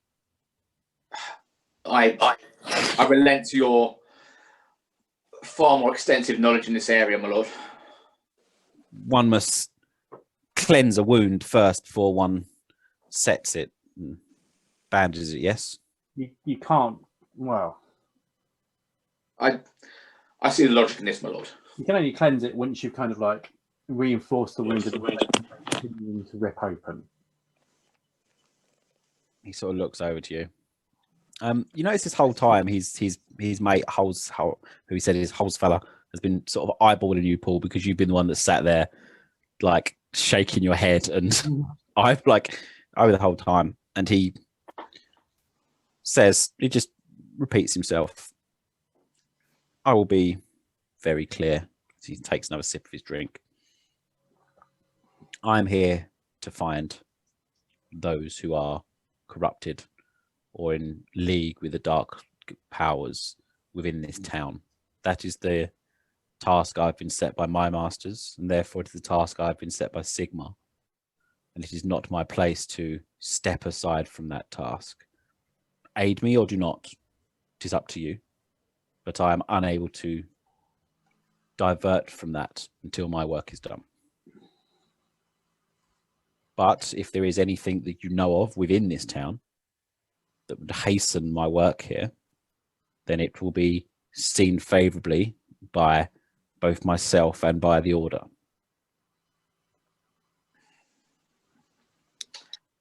I have said everything that I know that I believe would be of interest to you. And it is a faithful servant of Sigmar and Karl Franz that I've given this information to you freely. So you know of none within this town who you would consider suspicious at the moment? Other than the exchange of the babe with the mutants from the temple, then no. What did you see in the temple? Tell me.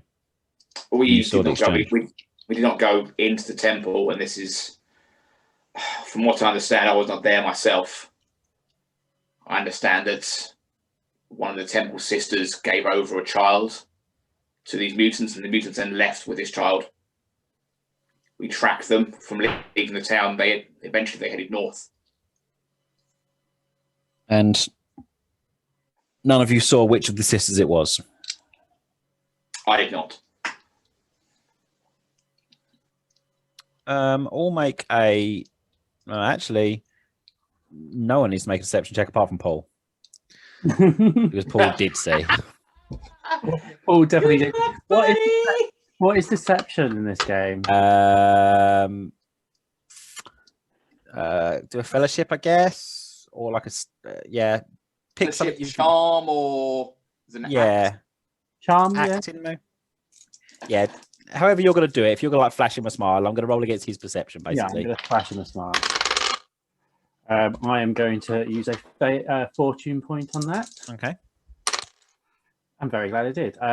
23 under 47. Okay. He rolled 98. 94 that I rolled. Yeah. He rolled 98.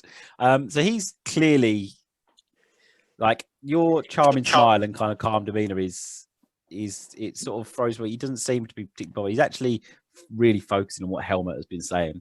And you can see he's getting angrier and angrier at a perceived waste of time here for him at the moment. But he certainly doesn't look at you suspiciously. His mate, however, is just happy to stare at you, who rolled 97. Oh my God. 98, 97. Clearly they're not good at telling liars, which is, when you're a witch hunter, not a good skill, that. But they're quite intently staring at you, but your poker face is sharp tonight. And he looks at you all and he sort of finishes the rest of his drink and turns to you and he says, "This meeting has been a little less prosperous than I would have expected, gentlemen, and that is a shame. But I'm a fair man, and if there is anything that you do find out, I'll be willing to listen and act accordingly. I'll take my leave." He stands up and steps out. His little bodyguard, Hulse fella, looks at you, nods, big smile, quite a friendly smile actually, quite kind of like Hey, smile. But steps outside, and they step outside and go back out into the town. Obviously, I was offended we didn't buy him a beer, but Maybe that's what it was. Yeah. I was fellow. The tavern is sort of like a bit more noise comes back in the tavern now. People start talking again, and like the piano starts up again. That bird who was stopped.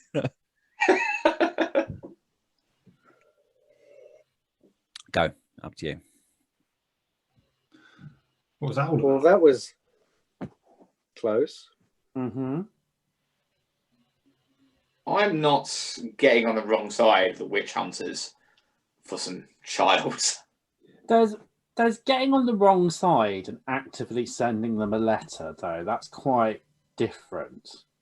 You've just like highlighted us to them more. As people that are willing to help, why would anyone in their right mind actively engage with the Order of Sigmar if they have something to hide?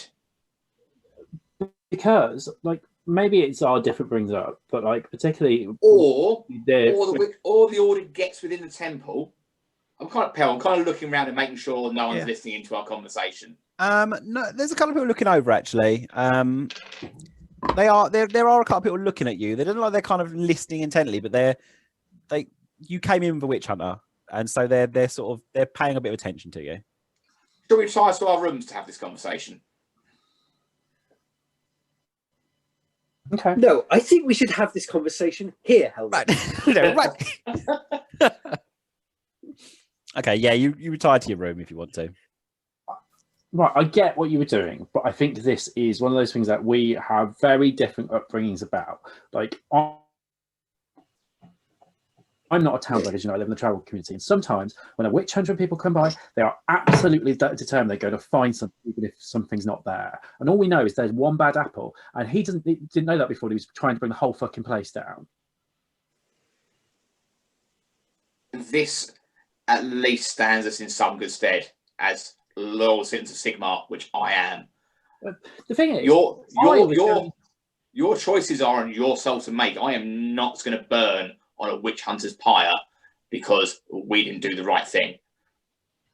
We are doing the right thing, though. We are trying to track down these mutants. Exactly. That is where we should head. And my hope was that by speaking to him, we can enlist some of those madmen outside to help us on our cause, to act as fodder so we could do what needed to be done. But you did lie to him. I wanted to go and tell Sister Francesca she had a corruption with it. But you did lie to him. Told him we didn't get in the temple. I'm not stupid. Oh, Well, exactly. So you know what he's going to do, but you try. No, sorry. You sent the guy a letter saying, "Please, come here," and then lied to you. But I mean, I just don't get it. This is just misdirection. Believe me, this is the best way to be done. So it's on our souls the decisions we make, but it's all right to trick the witch hunters. We don't know how many of the priestess there are actually all good and actually working as healers in this town that are now about to be torn down when this town might well be at war with mutants. Well, that's for the Order of Sigmar to sort out. I don't get it. I still think we should warn Lady Francesca. That's Sister Francesca. I do not think that would be wise. I mean, Helmut's just proved that we actually don't need permission for our own actions. He just said so. We are all accountable for our actions. It's getting tense.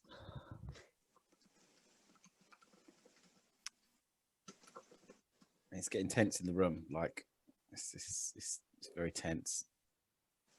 And quiet. It's gone quiet. Too quiet. Ugh. A flaming hound of chaos jumps in through the window. Yeah, let's liven it up. Bloodthirster. Yeah.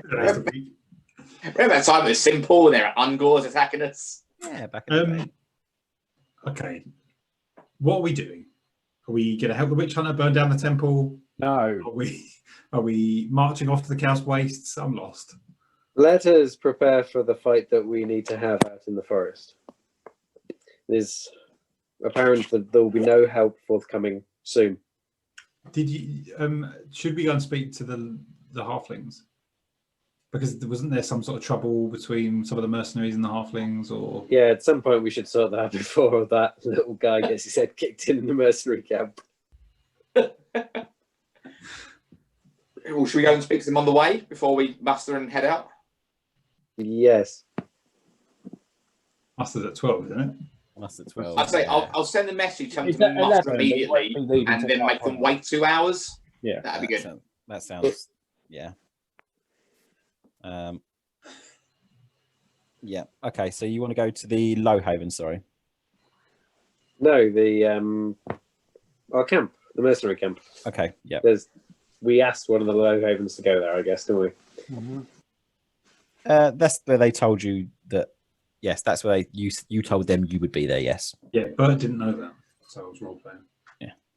Yeah. For fuck's sake, Tom, do some role play. Some role play. Yeah. Some role Oh, playing. Bert, by the way, I told him that. I'll look up. We'll go. All right. Do you have to be on the horse in here?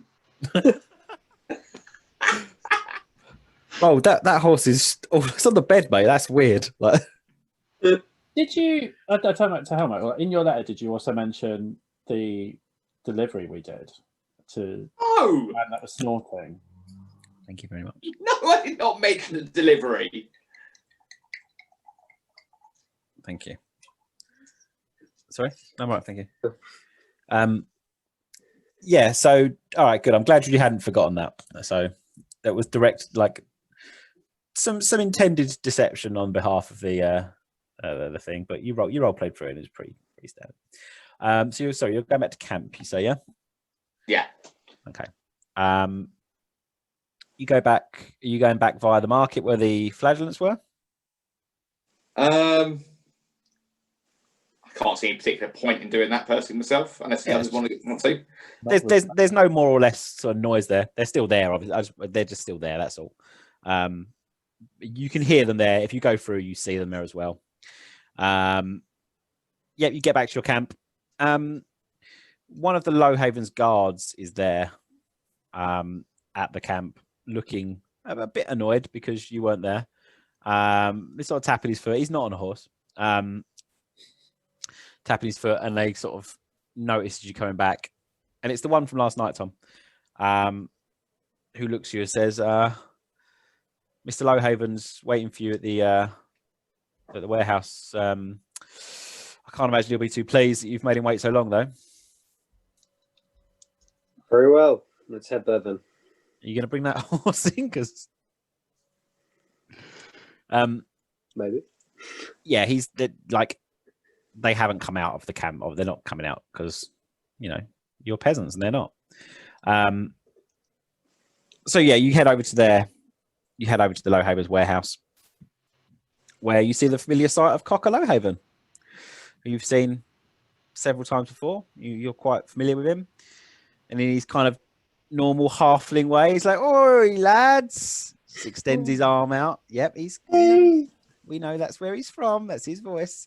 He extends his arms out, and he's very, he's friendly as he always is. That kind of quite friendly, but sort of weirdly menacing at the same time. And it's just like, it's been a while since I've seen you. I'm glad to see you're back. He goes, we've been looking after your goods for you that you've stocked here. Been here a few days though, so that handling fee will be racking up, but we can deal with that when it comes to it, can't we? Of course we can. He pats your horse on the knee. On the day. So one of my lads says that you wanted to have a little word. I'm assuming it's about the bits you stood here, is it? Sorry, what did you say, Bill? He says one of my lads said you wanted to have a word, and I'm assuming it's about all the bits you've been storing here, is it? Oh, the bit. No, it was about the mercenaries outside the camp. Town. Go on. And he brings you into his little office. You go into his little office, which is a bit too small, as you know. It's just a little kind of big crate. It'd be bigger if I didn't bring the horse in. I know. If you didn't bring the horse in, it would be fine. I like the idea that he's the trying horse has got to go down on its knees and kind of shuffle inside buildings. The horse has got his head like through a little hole in the side from outside. Just the horse's head's in. Door. Just little stuff. Hat on. Go on then. Talk about them. I understand that they are people that you don't look favorably upon, but we have brought them here for, well, the safety of some of their injured, but also to ensure the protection of this town. As I'm sure you are aware, the guard here is stretched thin. Whatever the creatures that have attacked, there are many of them. To ensure that, well, not only our possessions, but I guess your business is safe, we hope to use them to guard this town and deal with the threats that assail it. We hope that there will be no trouble. He goes, oh, well, I'm sure there'll be no trouble with them if they stay out of the way of things they shouldn't be in. You can't trust mercenaries, can you? They're a money-grabbing lot, usually. And he kind of pats a massive sack of money that's like hanging off his belt. Of course, none of them will be going into the town. So, on your word, sure they'll keep their distance. That is my word, Cockalow Haven. And you wouldn't break that, would you? Because otherwise there might be other things getting broken, and he laughs and smashes pats his hand on the table. But he's quite menacing when he says it. Like he's got a smile, but he's not playing about.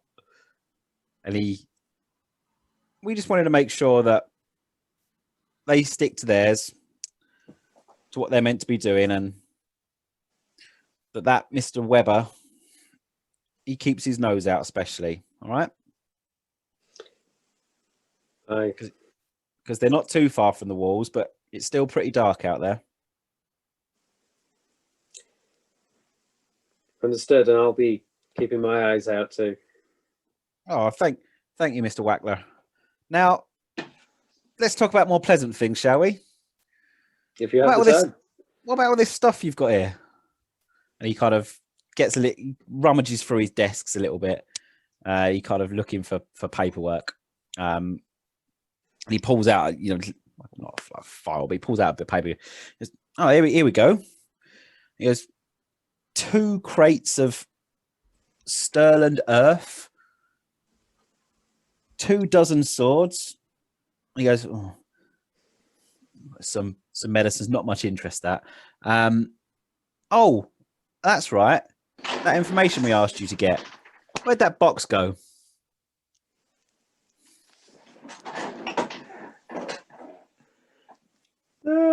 Notes. Sorry, Pell. My system just lagged for about 30 seconds there. No problem. So he listed the sterling earth, 2 dozen swords, a box of medicines that he said is not really worth very much. And after he listed that, he goes, "Oh yeah, and what about that box I asked you to find out about? Where'd that go?" The box you wanted us to know who it's going through to, bypassing you and your men. Yeah. That went to a and I honestly don't know.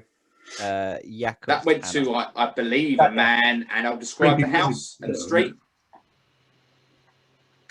He goes, "Are you describing the house and the street?" Okay. Yeah. Are you deliberately not saying his name, or are you? Mark, can't remember if he got his name or not. You did, yeah. His name was Jakob Tanner. Okay. Went to a no. I'll be up front. A Jakob Tanner. Tanner. Yeah. So, yeah. He said he had people coming over, didn't he? And then I think there were people going over, and then we. Who went? Oh, Jakob Tanner's been smuggling. What was it? Some sort of green powder. He ingested it, and like some sort of like mushroom powder. What? I don't remember this.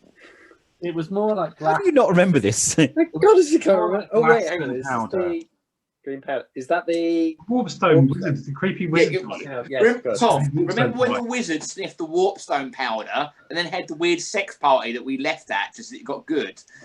the Richard O'Brien wizard that you went and met. The sex fight bit wasn't in it.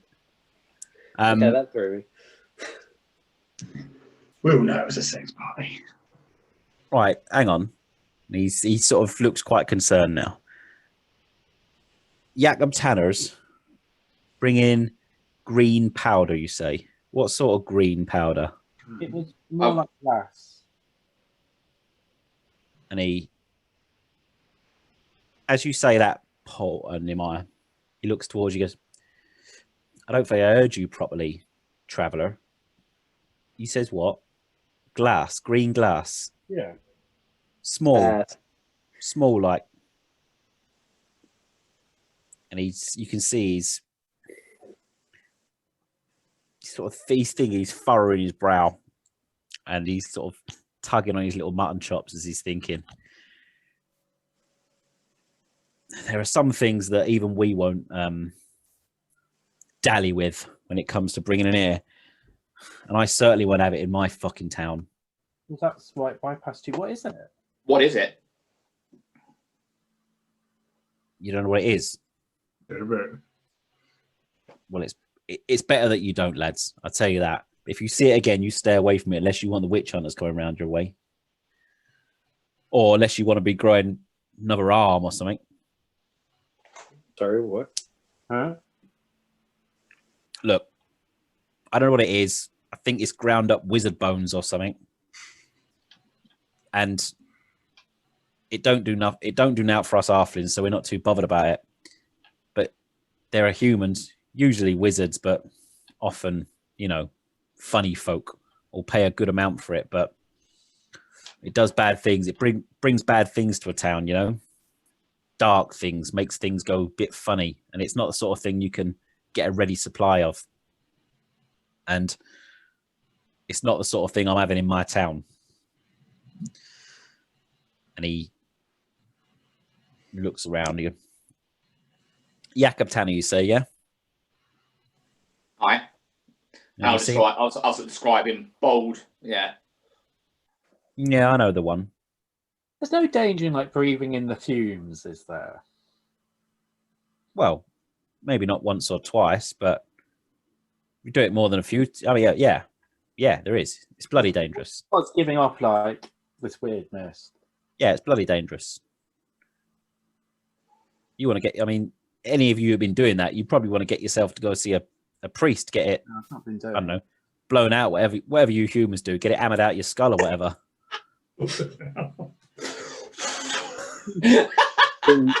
Dunk. But yeah, it's not something I'm going to allow in this town. Well, that's good to know, lads. I think we agreed a fee for that, didn't we? I believe we did. Gold each sounds about right, doesn't it? Yes. Yeah. Seems reasonable. Yeah, he gives you a gold each. Tink tink tink for the information. And I'll tell you right now, lads, I won't be too sad if that box goes right out of this town and old Tanner goes with it. You understand? I think we understand. Yeah. Be a terrible shame if something would happen to him, wouldn't it? It's from what you've told us, it seems like he is definitely the sort you wouldn't want in this very upstanding town. Exactly. We don't want the good name of the Low Havens being dragged through the mud by someone like that, do they? Of course. Of course. Well, so anyway, about the rest of this stuff, these swords, they're pretty standard. I can sell them on for you. Please. They're not much. I'll take 50%. They're not worth a lot. All right. Berth, do we need them? I mean, unless the mercenaries, I think they all came armed, did they not? Yeah, they've got some arms and sort of stuff. It's not great. It's not great swords. They've got some stuff. These are brand new swords, but they are armed for one minute. We don't need 24. I barely need the one I'm carrying. Well, I can probably shift these one on. The town's guard will buy the captain of the guard will buy some new stuff. His lads are all equipped out with a load of old shite. I'll sell those on for 50% if you want. Perth, you make the call. Yeah, go for it. Yeah, we haven't got time to be doing that. Yeah. And these medicines, you don't want these medicines. They're not worth much. You don't want these, do you? I'll just... No, we'll take them with us Take now. those to the mercenaries. We'll You take sure? them.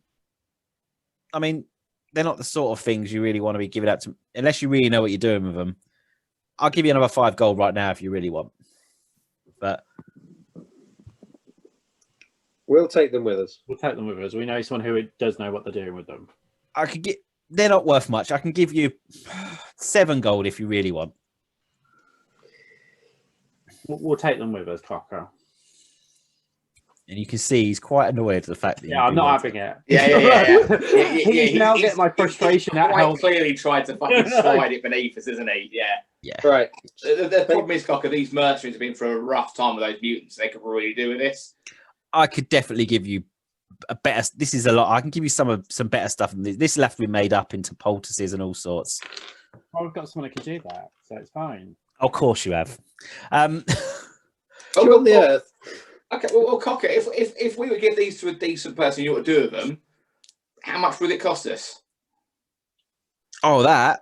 Oh, it's going to... Just the time alone is going to cost you, what, 20 gold? 20 gold? Yeah. But how much is it worth to that medic, that physician? How much is it going to be worth to them? Oh, I don't... Oh, no, this is just for my lot. It's worth people's lives. That's what it's worth. Give it to the mercenaries. Well, Cock, he seems pretty adamant that he wants to go to the mercenaries, so... Of course he does. Of course he does. All right, well, fair enough. You can keep the earth. It's good earth. Oh, the earth? Oh, I've got a buy for that already, actually. Well, there you go then. I forgot about the earth, yeah. Yeah, tall chap, Gaunt, said he wanted to take it off, use it for his garden or something. You happy with me giving that to him? I have no problem with this. This soil. Cool. And he goes, right, all right then, lads, I'll sort that out. Give me a couple of days. I'll send you your cut of the money, minus the storage fee, of course. Oh, of course. Yeah, and he gives a little nod. He goes, now, unless there's anything else, lads, I think I've got a lot of business to do. And he pushes the little box of medicine, like he really slowly pushes the box, like really slowly pushes it. His hands are over the top of it as well. Like his little stubby fingers are like really reluctant to like let it go. And he's, all right, lads. Pleasure as always. A pleasure doing business, and you've done me good with that information. I won't forget that. Don't you worry. All right. Now, off you go. And he pulls a little pie. He opens his drawer, pulls a little ham out, and just starts tucking into a big gammon like an apple. Just... ham in the drawer. Yeah, he's got a ham in the drawer. I kind of want to guide us to like a quiet alley or something like that, very briefly. You want to do what? Sorry. Kind of get us to a quiet alley or something. Yeah, like this. Outside of the Low Havens encampment, there's the town. It's quite winding. There's buildings all over the place. Like it's not hard for you to go somewhere that's a bit quiet. But boys, I'm worried there's something a little bit bigger at play. You do remember that the person that we saw going to the wild sex party was the old priestess that gave the baby away? No, I did not know this. No, I did not remember that. No. Yeah, no, there was a woman. Yeah, I knew one of the priests were there. Yeah. There was something dodgy going on. I think I'm the only one that saw the whole thing. Yes, that's what she went to him. Well, it sounds like there's a good job. There's some witch hunters looking at the fucking church then. Well, maybe it needs to be looking at him more than it needs to be looking at the church. If that stuff is as bad as Cocker says it is. Well, I can name a man you can speak to if you really want.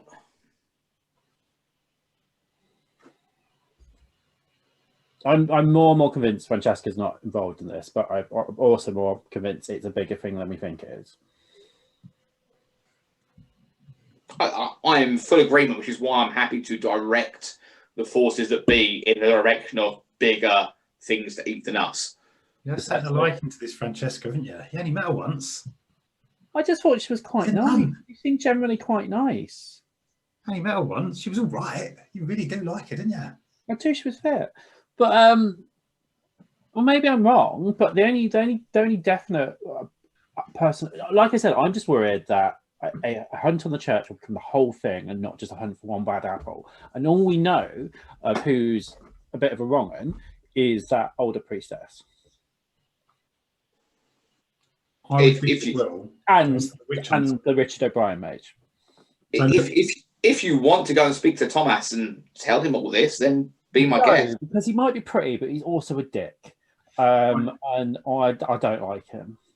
Can I just say as well, I think we could go and take care of Tanner, and from whatever happens, right, Lowhaven's going to be happy. But I think if we get the witch hunter to do it, he did specifically say we don't want to bring the Lowhaven's name through the mud and the upstanding town. I think Lowhaven would appreciate this was done discreetly. And do you think we should deal with Greensnort? We can find out more from him, whereas we're not going to get the full story off the witch hunter. We're not going to get I think if the opportunity presents itself to get rid of that bald bastard, then yes. Hang on, so we weren't going to do some petty larceny, but we're okay with murder. I'm just doing a morality check for us all here, just so I know where I am with this. But when weren't we going to do petty larceny? We discussed it yesterday. You could do that as well. Dealing with people is dealing with people. I will not fuck around with the North and mutants. That's my line.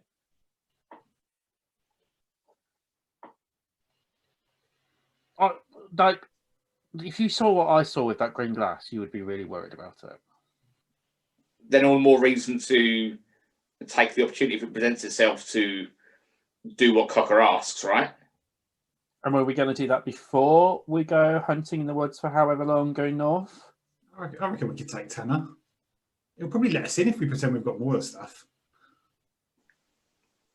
That's probably true. I mean, I'm definitely expecting a trapdoor full of monsters when we go into that house. So, man, really? Like I said, just funny folk. That's what quite Lowhaven said. But yeah, as long as we don't go on a night where he's got a sex party, it could just be him. It was never mentioned to be a sex party. Never. Is now. Imagine, right, Pearl, imagine this. Whilst the hours we were staking it out, we must have made up some stories that it was a sex party. Yeah, definitely. Yeah. Get bored. You're like, sex party or something. Yeah, fair. That's fair. I'm in for that. So what are you doing? Anyway, for today's business, we're taking the mercenary company and looking for these mutants, right?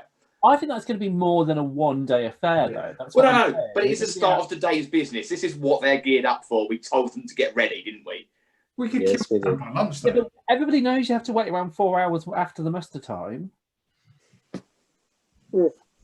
In the sun. No, we march out at 11 o'clock every time. But it is summer, so yeah. We could get Tanner by lunch. Be fine. Swing by, pick him up on the way. Because my worry is, if we don't do it quickly, Thomas might go and deal with the church, and then Jacob's just going to move on and the problem's not actually sorted, or Jacob's going to get away with it and the problem's not sorted. Well, why didn't Helmut go and tell Thomas? Also, if the church is the problem, they might actually know where the baby is, considering they obviously know these mutants. So find out who in the church. Yeah, we should go and get the old priestess. She's the only one that we know that might definitely know. Of course, yeah. We're the only link to the mutants. Instead of just wandering out into the forest, we definitely should go and find out who it was in town that knows where the baby's gone. That's not a great move, though, is it? With the witch hunter in town. We just expose them to the witch hunter. Well, yeah, that's easy. But trying to speak with one of them to find information. Let's go to Jacob. Let's find it, get waterboard him and get information out of him. Then it'll be fine. All right. I feel that we have got a lot of different approaches we can take for the rest of the day, and they are taking us in wildly different directions. I feel like that as well. Yes. Okay, so we need to make a decision, boys. So Sort of decision. either we take the mercenary company north and deal with what mutants we can, and therefore earn them a possible pardon, which was the original plan. We go after Jakob and engage in sex party green glass. Exactly. Kick in his sex party and collect whatever reward Cocker feels like passing our way as gratitude. Not just Cocker and Thomas. If we find him that he's got the dodgy shit and we go and point that out to Thomas, that's rewards about 2. He's going to ask how we know. And also, we're invited to a sex party. Why would we be invited to a sex party with a man who drinks green glass? Because we're the heroes of the town, and I'm quite attractive. I will give you that. I'll give you that, Nehemiah.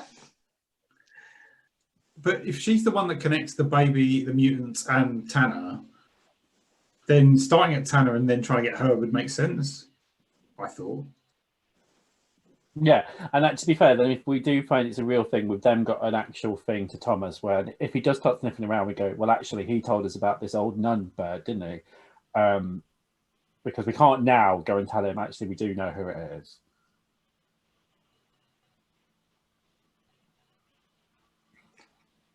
Wow. There's a lot going on. This little conversation escalated quickly. This is really escalated.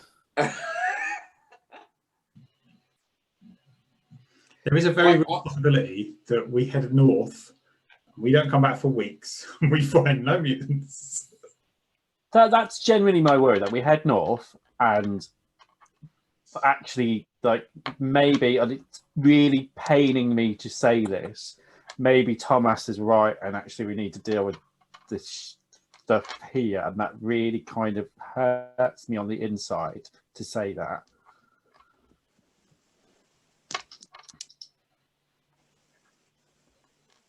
All right. Um, So what's the next plan of action? To look at each other in silence for about a minute. Okay. Yep. Dramatic minute. Yeah.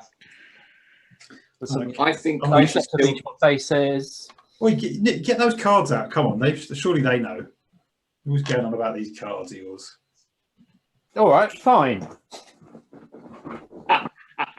So that was, see, that was an in-character way to let the DM decide what we should do next. Or I'm just going to. I like it. I was going to step in. But I thought, is what I'm about to do. I see what's going on. Let fate decide. Yeah. Fate decides you need to make a big decision in your future. Whose fortune are you reading, Mr. Frame? What I'm going to try and read is what is the biggest danger to the town right now. It's not really how it works because you're a fortune teller rather than a seer. Okay, then I'm not there yet, am I? Yes. So whose fortune? I'm going to read Jacob's. He's not here. Okay, so I'm going to read mine then. Okay. Do a performance check. I think is your entertain fortune telling. Is this? Yeah. 25 under 47. Okay, cool. Yeah, so you can read your own fortune, which is a bit unusual. You certainly don't feel any flow of like power or anything like you did last. You know, that was quite a weird. When you did it last time, you got a weird theme. This is certainly a lot more like a more standard kind of reading. So you have swords card, which turns up. You also have the brand. You also have Moore's League, which comes up, which is obviously the Dark Moon. And you have the Crossroads, which come up. Crossroads is obviously quite understandably, perhaps, at the center of your reading. And you have, when you read around it, you have the swords, the brand, and Moore's League. This is saying that this is a critical decision and conflict is definitely coming. I think it's also saying, in fact, I know it's also saying that the darkness is beginning to touch people and we need to deal with it. And I think Jakob, I think that's what this is saying.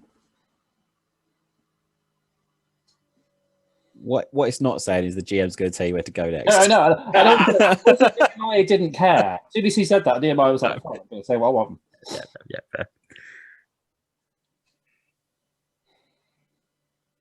Okay, well, look, I still think we should do right by the mercenaries that we promised we would help out, and if we get them on side, that's a powerful ally. All right. You know? Yeah, I would agree. Let us ride out. All right, let's go. all right, riding out. Woo. Should we call it there for this evening? Yeah. I think that seems like a good point to let you decide what's going on next. Yeah. So I know what's going on next. It's fine. I'm happy. I mean, we could carry on, but it feels like quite a good place to stop before we go into like a next. Yeah. Cool. Good pause. Yeah, see the boards. All right, that was quite. I enjoyed that. That was good. Little setup one. Weirdly, not a lot happened, Not a lot. but a lot happened. Yeah, Yeah. I'm going to just stop recording now. Bye, everyone. Bye.